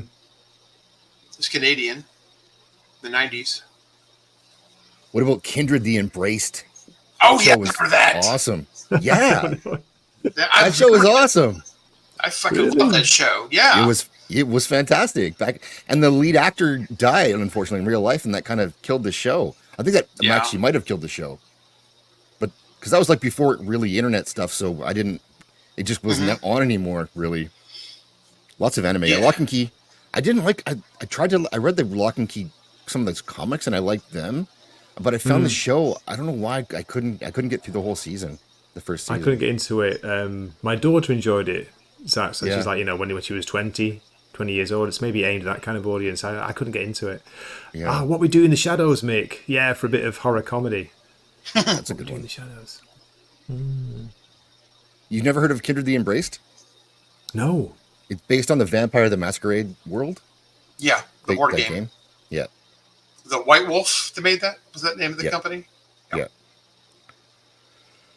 And then they made a game for it. Well, it's called Vampire the Masquerade Bloodlines in the same world, but it's not a crossover with the show, I don't think. But it was really good. I loved it. And it's just gone. Was it Toreador? The Bruja, Yeah. the Ventru, Malkavians. All the different clans had the different sort of... Nosferatu. The Nosferatu, yeah. Don't forget them. Yeah, you never played... Oh, you should have played it. No, you'd like it. You should at least try the game. Like, it's... People have done mods and updates for the game, and they're supposed to be making a new one. I think that's kind of in development hell right now, but the game was good for the PC. The Janky. Underworld. The guy who created Underworld, he got sued by White Wolf because it was kind of... They felt that they were intruding on them a little bit with the werewolf vampire war thing. Oh. I can don't see know that. how far it went, but I remember that happened. The Vampire the Masquerade world back then, like it's woke now, but back in the day it was cool. It was kind of like you join a clan or be part of a clan, and it was very mafia like in tone.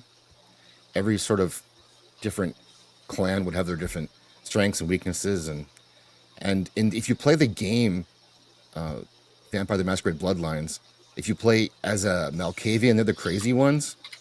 It's a completely different game apparently all the way through because you're hallucinating most of the time, and they did like an entire different dialogue tree for them, and so they put a lot of work into it, and I just don't think it sold very well, but it's rated highly, and if you have an older system or you just want to try something, throw that in, give it a look.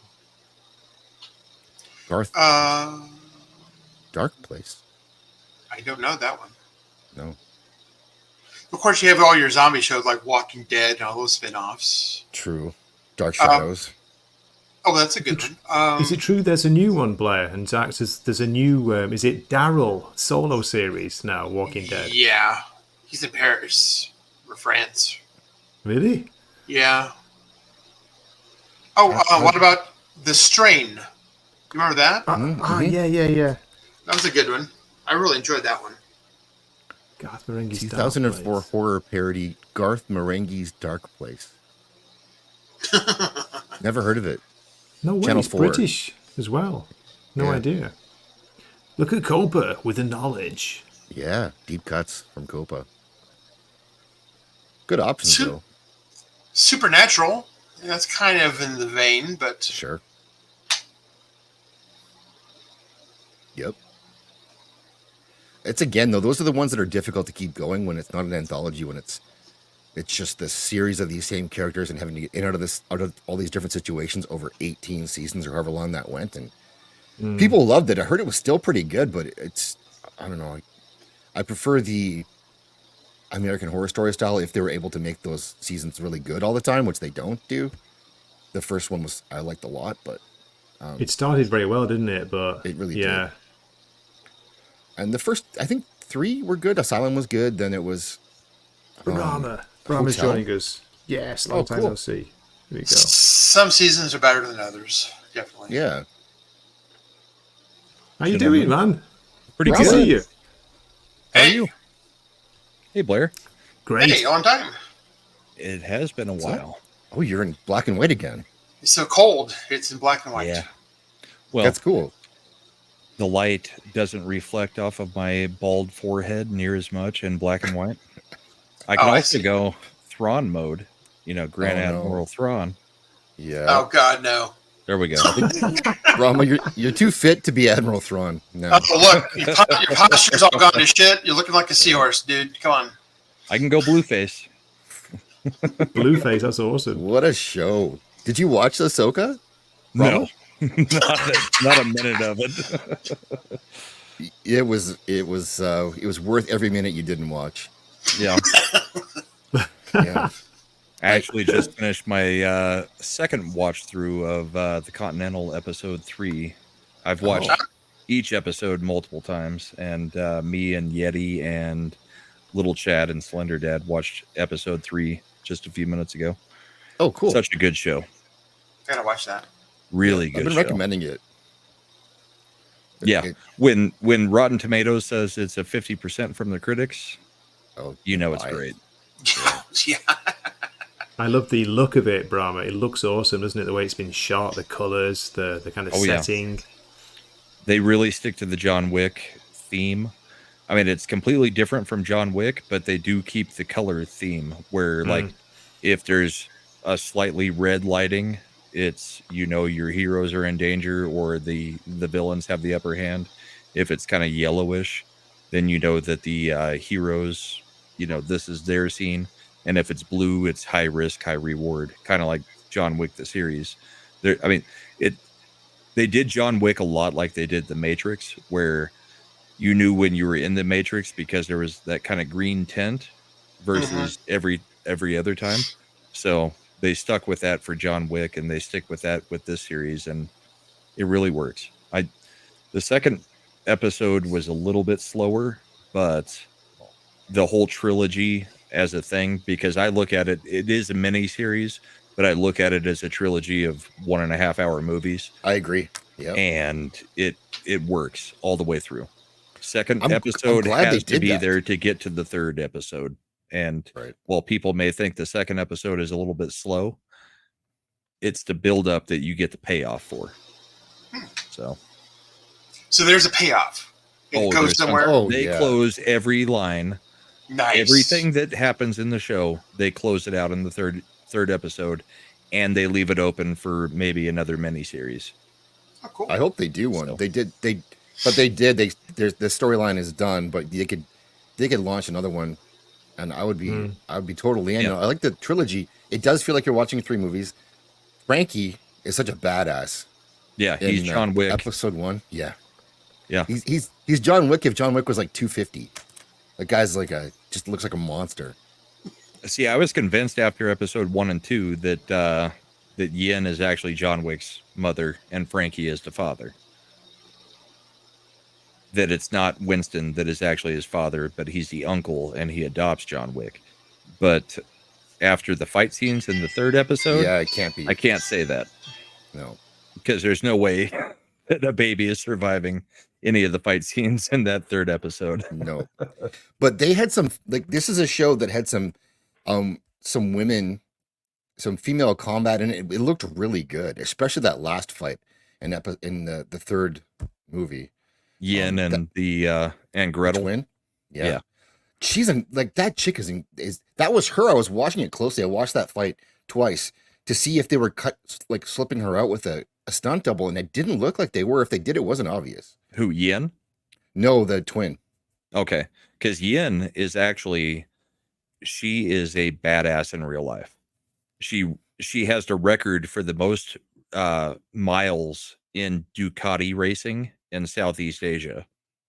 And she's an MMA fighter, and she was a model, and her husband owns a dojo, and he does choreography for fight movies. Well, So, you can see it on the screen. she's solid. The twin chick was also very good, and it was interesting to see them bring that flexibility that they show throughout the series back in the 3rd episode, because I mean, she does a rear naked chokehold with her leg up in the air. It was so good. It The only wasn't an thing I effect. didn't I like- think she does that. Go ahead. Sorry. No, I was gonna say I think that like that wasn't an effect they did with a lot of her flexibility. I think she really can do most of that stuff, or seems think to be able to. Did somebody say rear naked? Chokehold? Yes. Just got excited. The only thing I didn't like was the fight in episode 2 with Lou and being able to beat up 6 guys at one time. I mean, that was the only thing that was a little bit on the wokish side and girl power stuff. But outside of that, the whole series just. Which one's Lou? Is fantastic. she the karate? She's the black student? chick that her dad owned a dojo. On the dojo, right? Yeah, I remember that. And in scene. episode 2, she jumps up on a car and beats the crap out of 6 guys, and it's just like come that was overdoing it. Even if she grew up in a dojo, I mean, these are all Asian guys that are in Chinatown that you can assume probably also studied martial arts, and her beating them all was a little bit overmuch. But overall, I mean, there's not a lot to complain about that series. It was 3 episodes of perfect. I mean, 9.5 overall for the 3 episode arc, I think. Wow. I would love to see more. High praise indeed from Brahma. Sounds Yeah. good. What did you think of the Winston actor? I thought he was good. I think it's a different Winston than we see in John Wick. He's very rash and bold in this series, whereas in John Wick, he's very reserved and very much not into going into action. But I think that can come from 40 years of running the Continental. I mean, you have other people to do that for you. But this is very much him out for revenge for his brother. So I could see him being more rash, but he's still playing things out. I mean, he still had an idea of what should happen and stuck to it. And he was in tough spots throughout the series. It wasn't just he's a superhero. So no, he was anything but early on, really. Yeah, Imagine I mean, if you're he an has actor, you've got to play a character who becomes Ian McShane. McShane when he's old. Yeah. Ian McShane, oh mamma mia. And I thought Sharon was pretty well done. You had to do something different with him as young, because Sharon in the actual series of movies doesn't talk hardly at all. I mean, so this one having to give him some dialogue, I think the kid did it pretty good, and I think he did the prim and proper, guy that you could see developing into Sharon at some point. He was too short. I think that was the only complaint. He was short. I mean, for a fully grown person, he was short for what Sharon ends up being. Yeah. but I can forgive that because the actor did a good job doing the part. I got into the Winston actor by the third movie. The first one I had just because I'm so used to Ian McShane, and he's so Ian McShane, to have someone else Yeah. play a younger version of him, it was tough to get into. But by the end, I bought in, and I didn't care anymore. Like, I wasn't making that comparison. This was kind of a new character based on that character, and I was okay with all of it. And Mel Gibson just chews up the scenery. That guy, even with the corniest dialogue that they could possibly give him, he is still intimidating and so good. I mean, just his eyes. I mean, he can turn on the crazy eyes whenever he wants, and he can turn on, the facial expressions. He's just gotten so much better as he's gotten older. I mean, Braveheart was probably where he really began to act, because Lethal Weapon, all the movies before Mad Max, he's pretty one-dimensional. Lethal Weapon, he's got some dimensions to him, but I mean, it's really not a whole lot. Braveheart, he starts to really start acting, and now that he's much, much older, Passion of the Christ and all that stuff, he's just gotten to the point where he knows how to use his face and facial muscles to invoke, absolute feelings and show happy to angry within half a second just by changing the structure of his face. He was fantastic. And it's fun to watch him chew up scenery as a villain, because he never gets to be this kind of a villain. The problem is he's still Mel Gibson, so he still uses charisma. Like he's as evil as you can go with this character, and he goes all the way with it, but he's still kind of like him. Well, it's kind of like his character in Boss Level. I mean, it's very much the character from Boss Level, but it's also a little bit the character from Payback. Oh, okay. I caught that line when he was talking about that the $2 million bounty wasn't it the same bounty that he put on in Payback? It may have been. I think it was. Honestly, don't remember. Yeah, I think it was the same dialogue that he used for that. Kind of a throwback. Well, what you reckon, guys? What you reckon? Lethal Weapon 3 over Braveheart. Get out of here, Copa. he's trolling the charger. Lethal Weapon for fun. Braveheart is a masterpiece. Agreed. You'll never take our freedom, Copa. Italians. Sorry, I kind of commandeered the stream there coming in. No, it's good to hear someone talking about something positive, that's something they really like, and telling us why. Did anyone see, this is a bit off topic, anyone see Loki, the first episode? I was curious, so I did actually watch it. I talked with a few people tonight on streams earlier that liked the episode. Still not sure about the series, but it was better than the last season. They said it was a good episode of a show. It was okay. It was quite fun because the female Loki wasn't really in it. Well, not till right at the end. Tom Hiddleston's good. Owen Wilson's good. Short Round's in it. He was pretty good. I love Short Round in this. It's nice to just see Short Round again. But the three of them, the three actors, it was mainly just it was mostly just our two main characters, and then Short Round, or was it OB? OB, yeah, they call him OB. Sorry. They were. I liked them all enough that it was fine. I don't know if it's going to be a good series. I hated last season, but they didn't ruin anything. This episode, and then Sylvie was barely in it at all, but you can see she's going to be. Yeah, and she's not more likable. You know where the series is going to go. She's coming.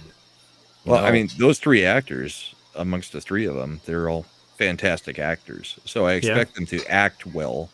The problem is Disney writing. Right. Yeah. I don't expect the show to go well, even if episodes do. That's true. No. Brahma, you're right, because even all the Disney series, even if they manage to stick the start, the landing is always off. They just kind of, it goes off the rails. Yeah. And the charm wears off, and you have to get to a story, and there's not much of a story there. Well, look at Agatha. I mean, the actress that plays Agatha is a great actress. I've liked her in many things, including what was that? Step Brothers. She's in, and I really liked her in that and other things. But by the end of it, you've got her singing "It Was Agatha" all along, and Yeah. we're done. Doesn't matter how good of an actress you are.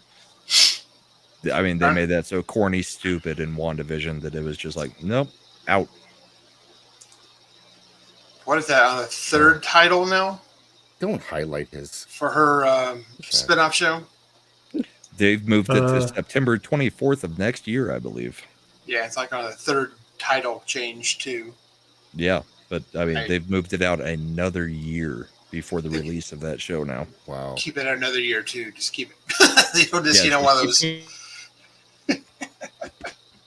I full on expect them to just release everything all at once and just be like, here's a pile of crap. Yep. We know it's not going to do any good. It's on Disney Plus now. Have fun with it. Whatever.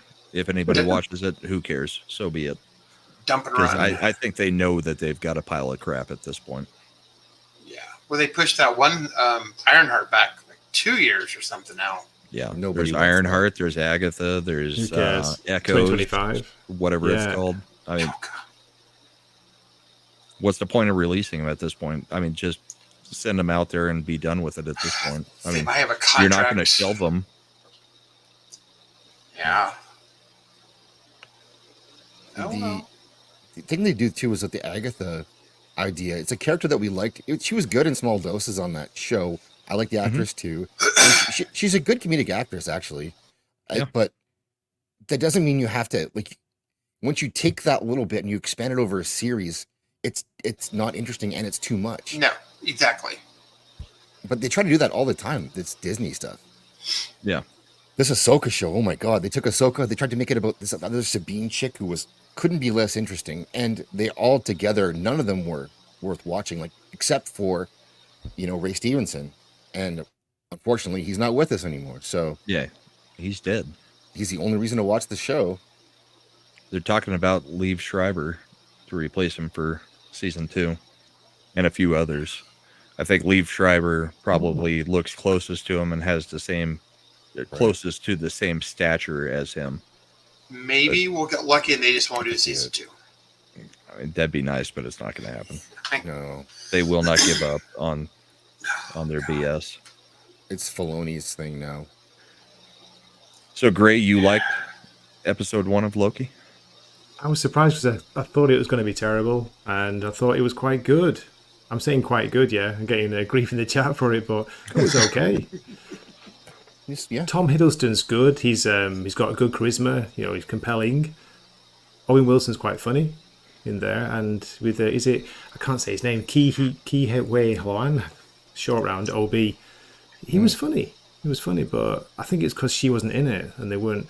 But guys, what about that weird scene with what was it? The TVA there. Those two strange women. One was Scottish. One was really old and. I don't know what that was. Was she disabled or was she meant to be an alien? She looked like an alien, and the guy was asleep. That was a weird scene. Yeah, I don't know what that was. was. I didn't know if that was like a reaction, like a callback to something else, or I don't know who. Yeah. I thought you might know who they're supposed to be, but and the fat black chick is. I still don't like her with the lesbian haircut. She's better though than she was last season. She was She not talks too less. bad. Body positivity. But really, like as an episode of it's on its own, it was fine. It was enjoyable enough. I didn't get mad at it. It was, but the course of the series, it's not going to be able to stay like that. I don't think. Yeah. Like, Which is doing better than a lot of things. I mean, Wheel of Time. True. There's not an episode I could say is a good episode. Did you watch season 2? Oh, yeah. That. Oh, I Such stopped trash. after the first 3. I was like, I'm out of here. me too. I dropped out on 3. Better things I had to watch. shows I was talking about it, so, the usual. What was give me your overall then? I'd like to hear what you have to say. Overall, they're still not the characters at all. So No. what's the friggin' point there? I mean, Eject like I was Rama, telling says guys, Nos. I was telling Just for watching the it, sorry, guys who have not read the books and really haven't watched the show either. It was just basically down to me to give a breakdown of it. It's like I don't know that I can give a breakdown because it so doesn't resemble the books in any way other than names of characters that there's nothing to actually compare it to. The show is bad in itself, but at the same time, it is not the books in any way. So it's not like as a book reader, you can compare it to the books because there's nothing to compare. They have gone so far astray that there's just nothing there to say, yeah, I recognize this from the books. I mean, there are elements, I guess, but no character acts the same as they do in their book counterparts. And the story is so far wandering from what it's supposed to be. I mean, they have a guideline. They have 14 freaking books that they could have just followed. Why is that so freaking hard? And then you say, well, the books, there's just too much information. So let's not have characters introduced into the show and do full episodes about them. It's a deliberate so choice, you can brother. have the It's deliberate. showrunner's gay boyfriend, in the show.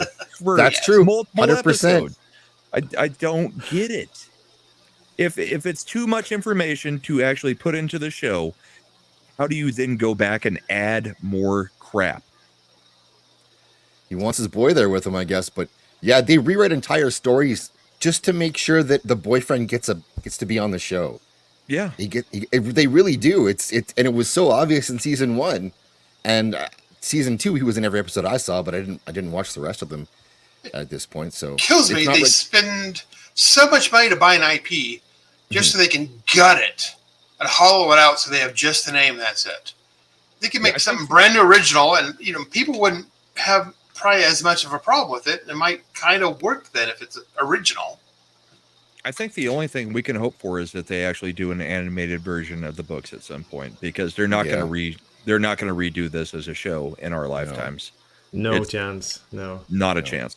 So it has to be an anime or something where, and quite frankly, I blame Harriet for all of this. I don't care if people say, yeah, she got a big payday. She was the one who was gatekeeping this IP, and she gave it to them and let them do whatever the hell they wanted. We know Brandon Sanderson was not giving a whole lot of input. I mean, he said they don't care what he says. I mean, the whole Perrin arc with killing his wife in the first freaking episode that didn't exist and changes his character 100%. Insane decision. Nobody's listening to anything. They're just doing whatever the hell they want, and so done with it. But as a YouTuber or whatever I am now, I mean, it's not like I do things on my channel still, but I still watch it just because I have to talk about it, and it's infuriating. I'm glad I'm not. I don't watch any of this crap. I don't watch it in a way that gives them any money or views. We'll say it that way on everything. That's the Disney Plus way for me. Make sure. That's Disney Plus. It's most of the things. Continental, I'm watching on Peacock because Continental was good. I will give them the views when they actually earn the views. Oh, it's on Prime. Without it's on Prime in Japan. In Canada, in the US, it's on Peacock. Everywhere else internationally, it's on Amazon Prime. So we actually have to have a separate subscription to be able to see it from Amazon, which is kind of annoying too. But that's also where Yellowstone and all of the Yellowstone spinoffs are. So I'm already subscribed to that because Taylor Sheridan's doing fantastic work on everything he does. Lioness, Mafia King, or Tulsa King. Lioness, how is Lioness? I heard it's not good. I liked it. It's not the same as his other stuff. It's a little bit of girl power, but at the same time, the girls get the crap beat out of them all the time. So it's not like they're just Mary Sue's all over the place. Lioness, as a military thing, I'd have to run it by Mad because he's my military expert since he actually was there and got blown up and knows what's going on. But overall, the show was pretty good. Nicole Kidman looks like a freaking zombie with the amount of work she's had done to her face. Oh God, nightmare! But I enjoyed the show overall. I'll say that. You were talking about horror TV shows. I've forgotten about this one. Ash vs. Evil Dead is really good. It's so much fun. It's crazy. I haven't watched that one. It's on Netflix in Japan. I don't know about overseas. Should find that one. It was on Stars here in the States. It was on Stars, wasn't it? Yeah. Is that still going over there? Stars. No. Stars, yeah, but not the show. Not the show. No. It got cancelled, didn't it? After three seasons though. Three It's really seasons. good. Yeah. It was pretty true to the series, I think. Copa, where Yeah. are you? Copa's taking care of baby or someone. Who says you've got to watch something in order to talk about it? Zax gets away with it all the time. That's right. I miss those reviews, Zax. Those movie reviews with you coming on like. I got to do some more of those. People want. I should do some of those videos, but yeah, kind of more of a spur of the moment thing. I give it a 6. 6 out of 10. Wheel of Time. Holy shit. It's a holy horror. It's a nightmare. It's a waste of I anyone's can't time. do videos on it because I just go speechless watching the episodes. It's just like I can write down everything that's different, but at the same time, it's like unless you've Don't read the bother. books, what's the freaking point?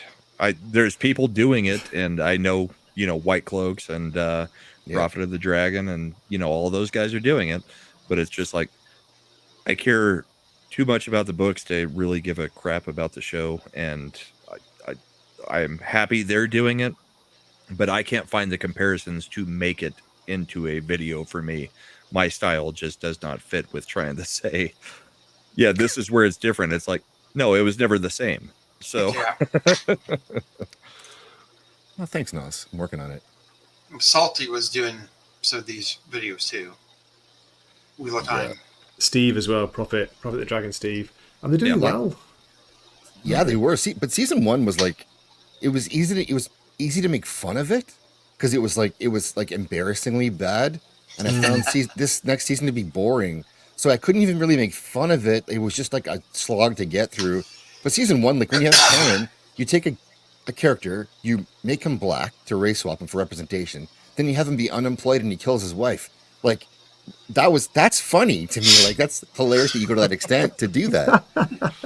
But Unintentionally funny. there's nothing You like should have that just in. gone out for cigarettes instead of killing her, right? You could have, Yeah. yeah. But he was even Just get some unemployed. milk. She had to go to work to make money for him while he sat around and drank with his buddies. Like that's what they did with the character. Like representation, nice, well done, guys. And like the nipples thing with Lan, like there was some funny stuff there that was unintentionally It's funny. just bizarre, wasn't It's it? just boring now. I don't even see the guy as Lan. I saw Lan as built up like, Schwarzenegger Conan style guy, Yeah. not skinny, Asian guy that just doesn't have any presence at all. I mean, when I pictured the characters while I was reading the book, none of them match it. And literally every chick in the show is just subpar, not even average. No, yeah, And the ones that they get that are average or good, like the chick who plays Lanfear. Lanfear is supposed to be the most beautiful woman in the world. right. They get an average lady to play her. The Aes Sedai, none of them are ageless. I mean, Varen is, she looks 70 years old, 60, Yeah. 70 years old. I mean, they cannot do it. I mean, even Moraine, It's Golden Girls. Rosamund Pike, does not look young. No, And Moraine's not exactly an old Aes Sedai. I mean, and the whole lesbian plot line, screw it. Brammer, fan casting for Lanfear. Who would you go for? This just popped up on Google. Natalie Dormer. She's been quite a few things. Natalie Dormer's hot as hell. She's hot She as looks hell. like a There's something cat, about but her. she's hot as yeah, hell. she's got a cat look, hasn't she? But man, she's really, really sexy. I mean, Natalie Dormer, Anna de Armas, any of those in that age range. Sure. yeah. yeah. Instead, we get what do we get? Elaine looks horrible. Oh, That's Lanfear in the middle, and that's Yeah. Varen on the right. I mean, yeah. Varen has white hair in the series, and to get to be a white-haired Aes Sedai, you have to be what, 170? Varen's nowhere near. Oh, really? that. I mean, yeah, they do actually specifically state stuff like that in the books, that you start going white at a certain age, and it's like Cadswain. And Cadswain's the oldest of the Aes Sedai in the books, as far as I can remember. And it's like, we're nowhere near that. And Varen, they also have her. I mean, her personality is just not there because she's supposed to be aloof and kind of stupid, but picks up on things and stumbles into stuff.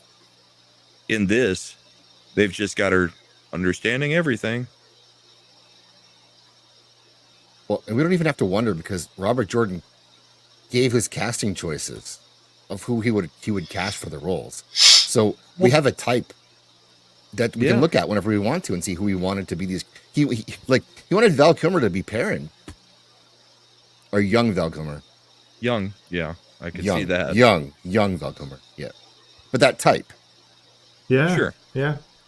Val Kilmer in Willow, the original movie, that age. I mean, it's kind of like Stephen King saying that young Clint Eastwood is the gunslinger from The Dark Tower. And what do we get? Right. Idris Idris Elba. Elba. Not even close. I mean, they just can't do it. Why am I getting ejected? What is that about anyway? What did I say that's getting me ejected? Jet Brahma. If you talk about Wheel of Time, Nosferatu gets angry. Yeah. Oh, okay. He loves the show, and he gets mad that we talk it. down about it. He adores it. He thinks it's the best thing that's ever been put on screen. No, he doesn't. He loves it. Like it's ridiculous. I mean, Yo, Nate, the Sword of Megaloid. Truth series was more faithful than this series, and all it was a CW or MTV show about the Terry Goodkind books that had at least hot chicks in it to keep you, Yeah. kind of strung along. What's wrong with that, Brahma, these days? Why is that? Why is that? That would a be problem? fantastic if we had hot chicks because Nynaeve, Egwene, Elaine's not Blonde attractive in ladies any way. unite. I mean, and I don't know if you guys know. I'm sure you do because I know you keep track with the Wheel of Time channels, but the chick who plays Rena, the Soldam who is captured Egwene, yeah, that is not a chick. Egwene is I would say she's maybe a 4. Like, Yeah, like she's Well, sub not- 5 for me. yeah.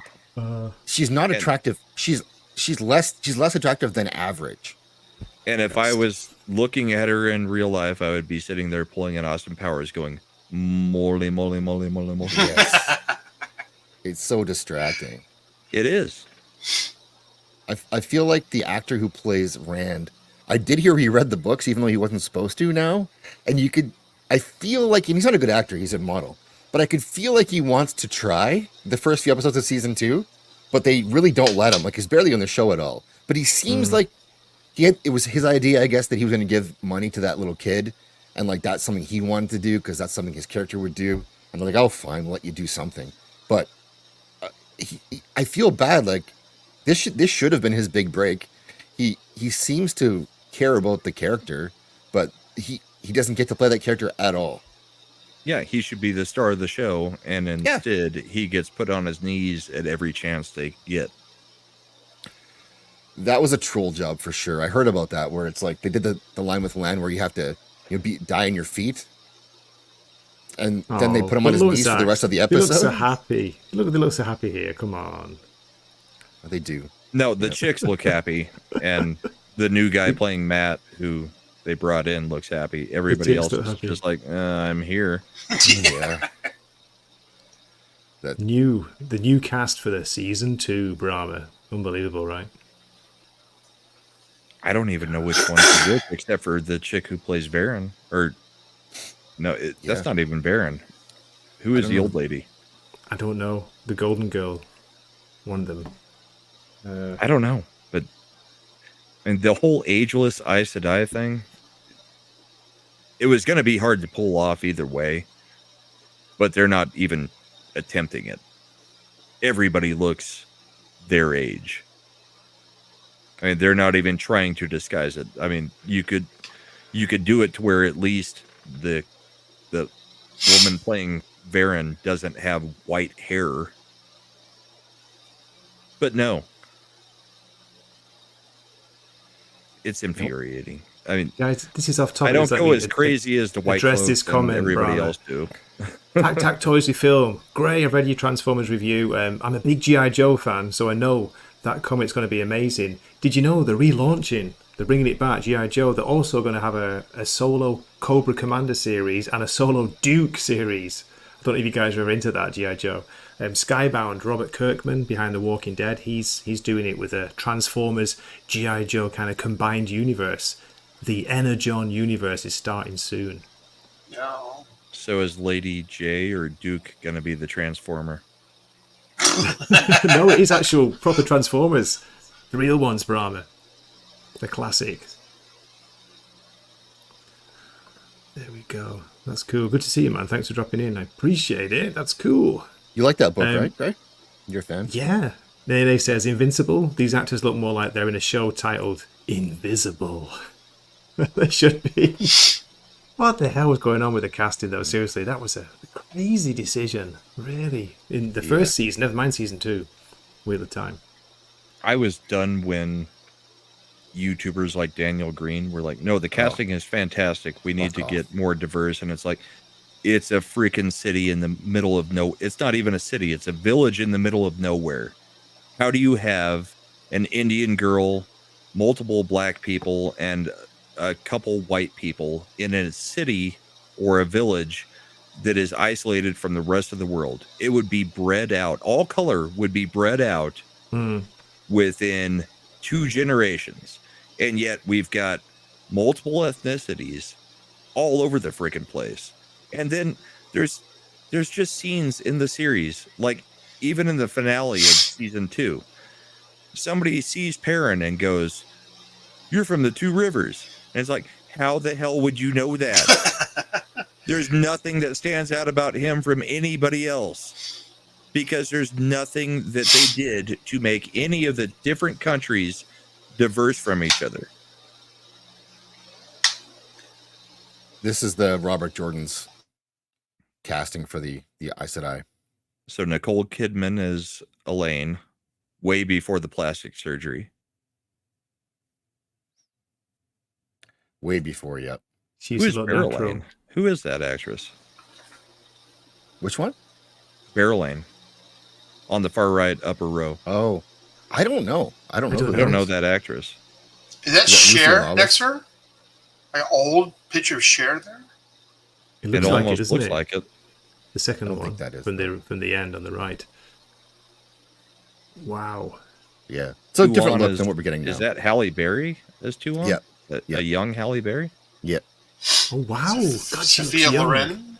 Yeah, Sophia Loren there. Yeah. Michelle Pfeiffer, of course. Yeah. Oh, that's the other thing. The freaking Aiel. How would you recognize Rand as an Aiel from anybody else? There's nothing that differentiates them. And then they introduce Avienda, and she's ethnically a different color than Rand. Yeah, that was really stupid. I know. I'm with you. I'm sorry to yell, but I mean, they stopped trying. So stupid. So freaking stupid. I'm sure you've all heard it before. It's just, Guys, I'm going to have to wrap things up very shortly. Before we do so, Zax, you have a show coming in tomorrow, Saturday night. Yeah, Circle of Jerks. I think we're on Flaccid's channel, I think, this week. Okay. No, actually, I think it's supposed to be AJ's, but it's AJ's, so you never know for sure. Is it Fanicky, the channel? Fanicky would be on Flaccid's, or it could be on AJ's channel. Okay, gotcha. I think they're talking about doing ejection too.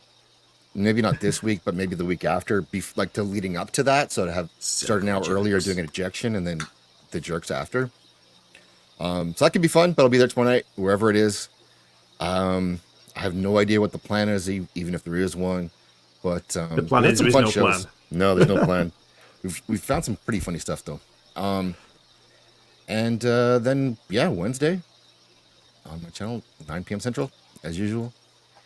And I think that's it. Okay, sounds good to me. Yeah. Oops, I'm just messaging somebody in the chat. There we go. How about you, Brahma? Do you have something coming up? A stream or two? He's everywhere. Actually, my show starts about 30 minutes before Zach's, so you can come say hi and then head over to Zach's. But we've got Bourbon and Boarding on my Rumble channel starting back up tomorrow because the NHL season starts next week. So we're getting ready to launch into the new season. If anybody likes the NHL and wants to be a part of it, we are doing fantasy draft on the show tomorrow. And cool. Anybody from the chat who wants to be a part of an NHL fantasy league is welcome to join. So show up to the show. Again, my channel on Rumble, it's 10 p.m. Mountain. It's 30 minutes before Zach goes off. And we will be doing that draft and getting ready for the new season, having fun. And then, yeah, I'm everywhere else. I mean, that's the only thing on my channel.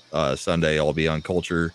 Monday, I'm on Comics Division. Thursday, I'm on Comics Division. Wednesday, I'm on the Shagsworth midnight or midweek hump, the after show. So I get around. I'm a stream whore.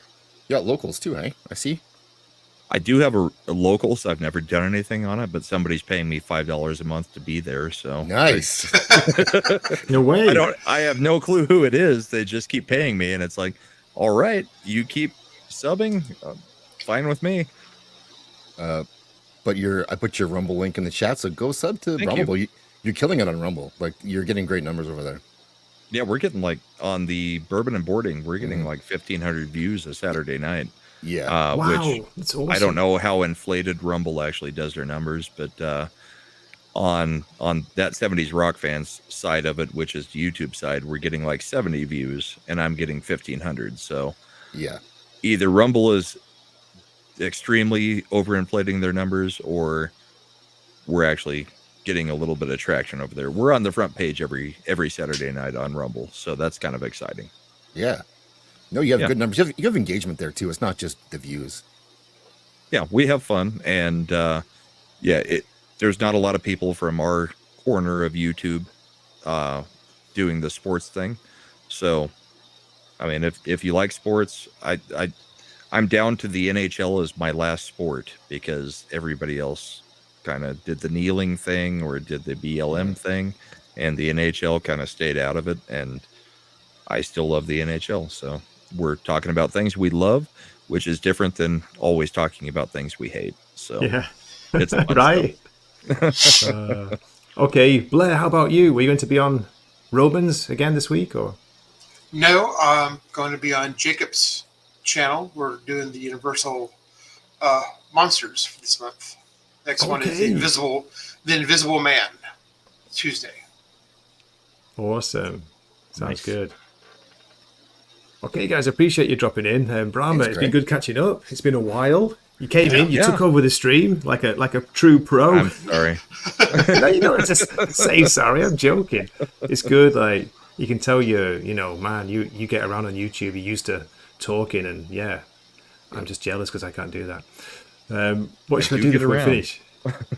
Yeah, I mean, those numbers, man, I can only dream of those. I'm lucky if I get double figures. Let's drop a quick clip before we finish, and then You've got 1,200 more subs than I do. I just kind of go around. You actually do things on YouTube, on your channel. I do stuff. I try. And Zach's, what's it all about? I've no idea. I've tried Rumble, but it just hasn't really worked for me. Rumble is a live stream only place. Yeah. You cannot do videos there and get any traction. It's live nice stream one. or nothing. Yeah, I wasn't sure. Yeah. What's left to do? Where are we? I don't have a spooky clip for Halloween. What a shame. Okay, it has to be something random. I am Mantis. What are you doing? Smiling. Thanks a lot for watching. Appreciate it. Shout out to the members. You guys rule out there. And hope to see you in a future video. This has been Gray, Zax, Brahma Bull, and Blair to Blair saying good night. Mata. Right. I'd all. Good night.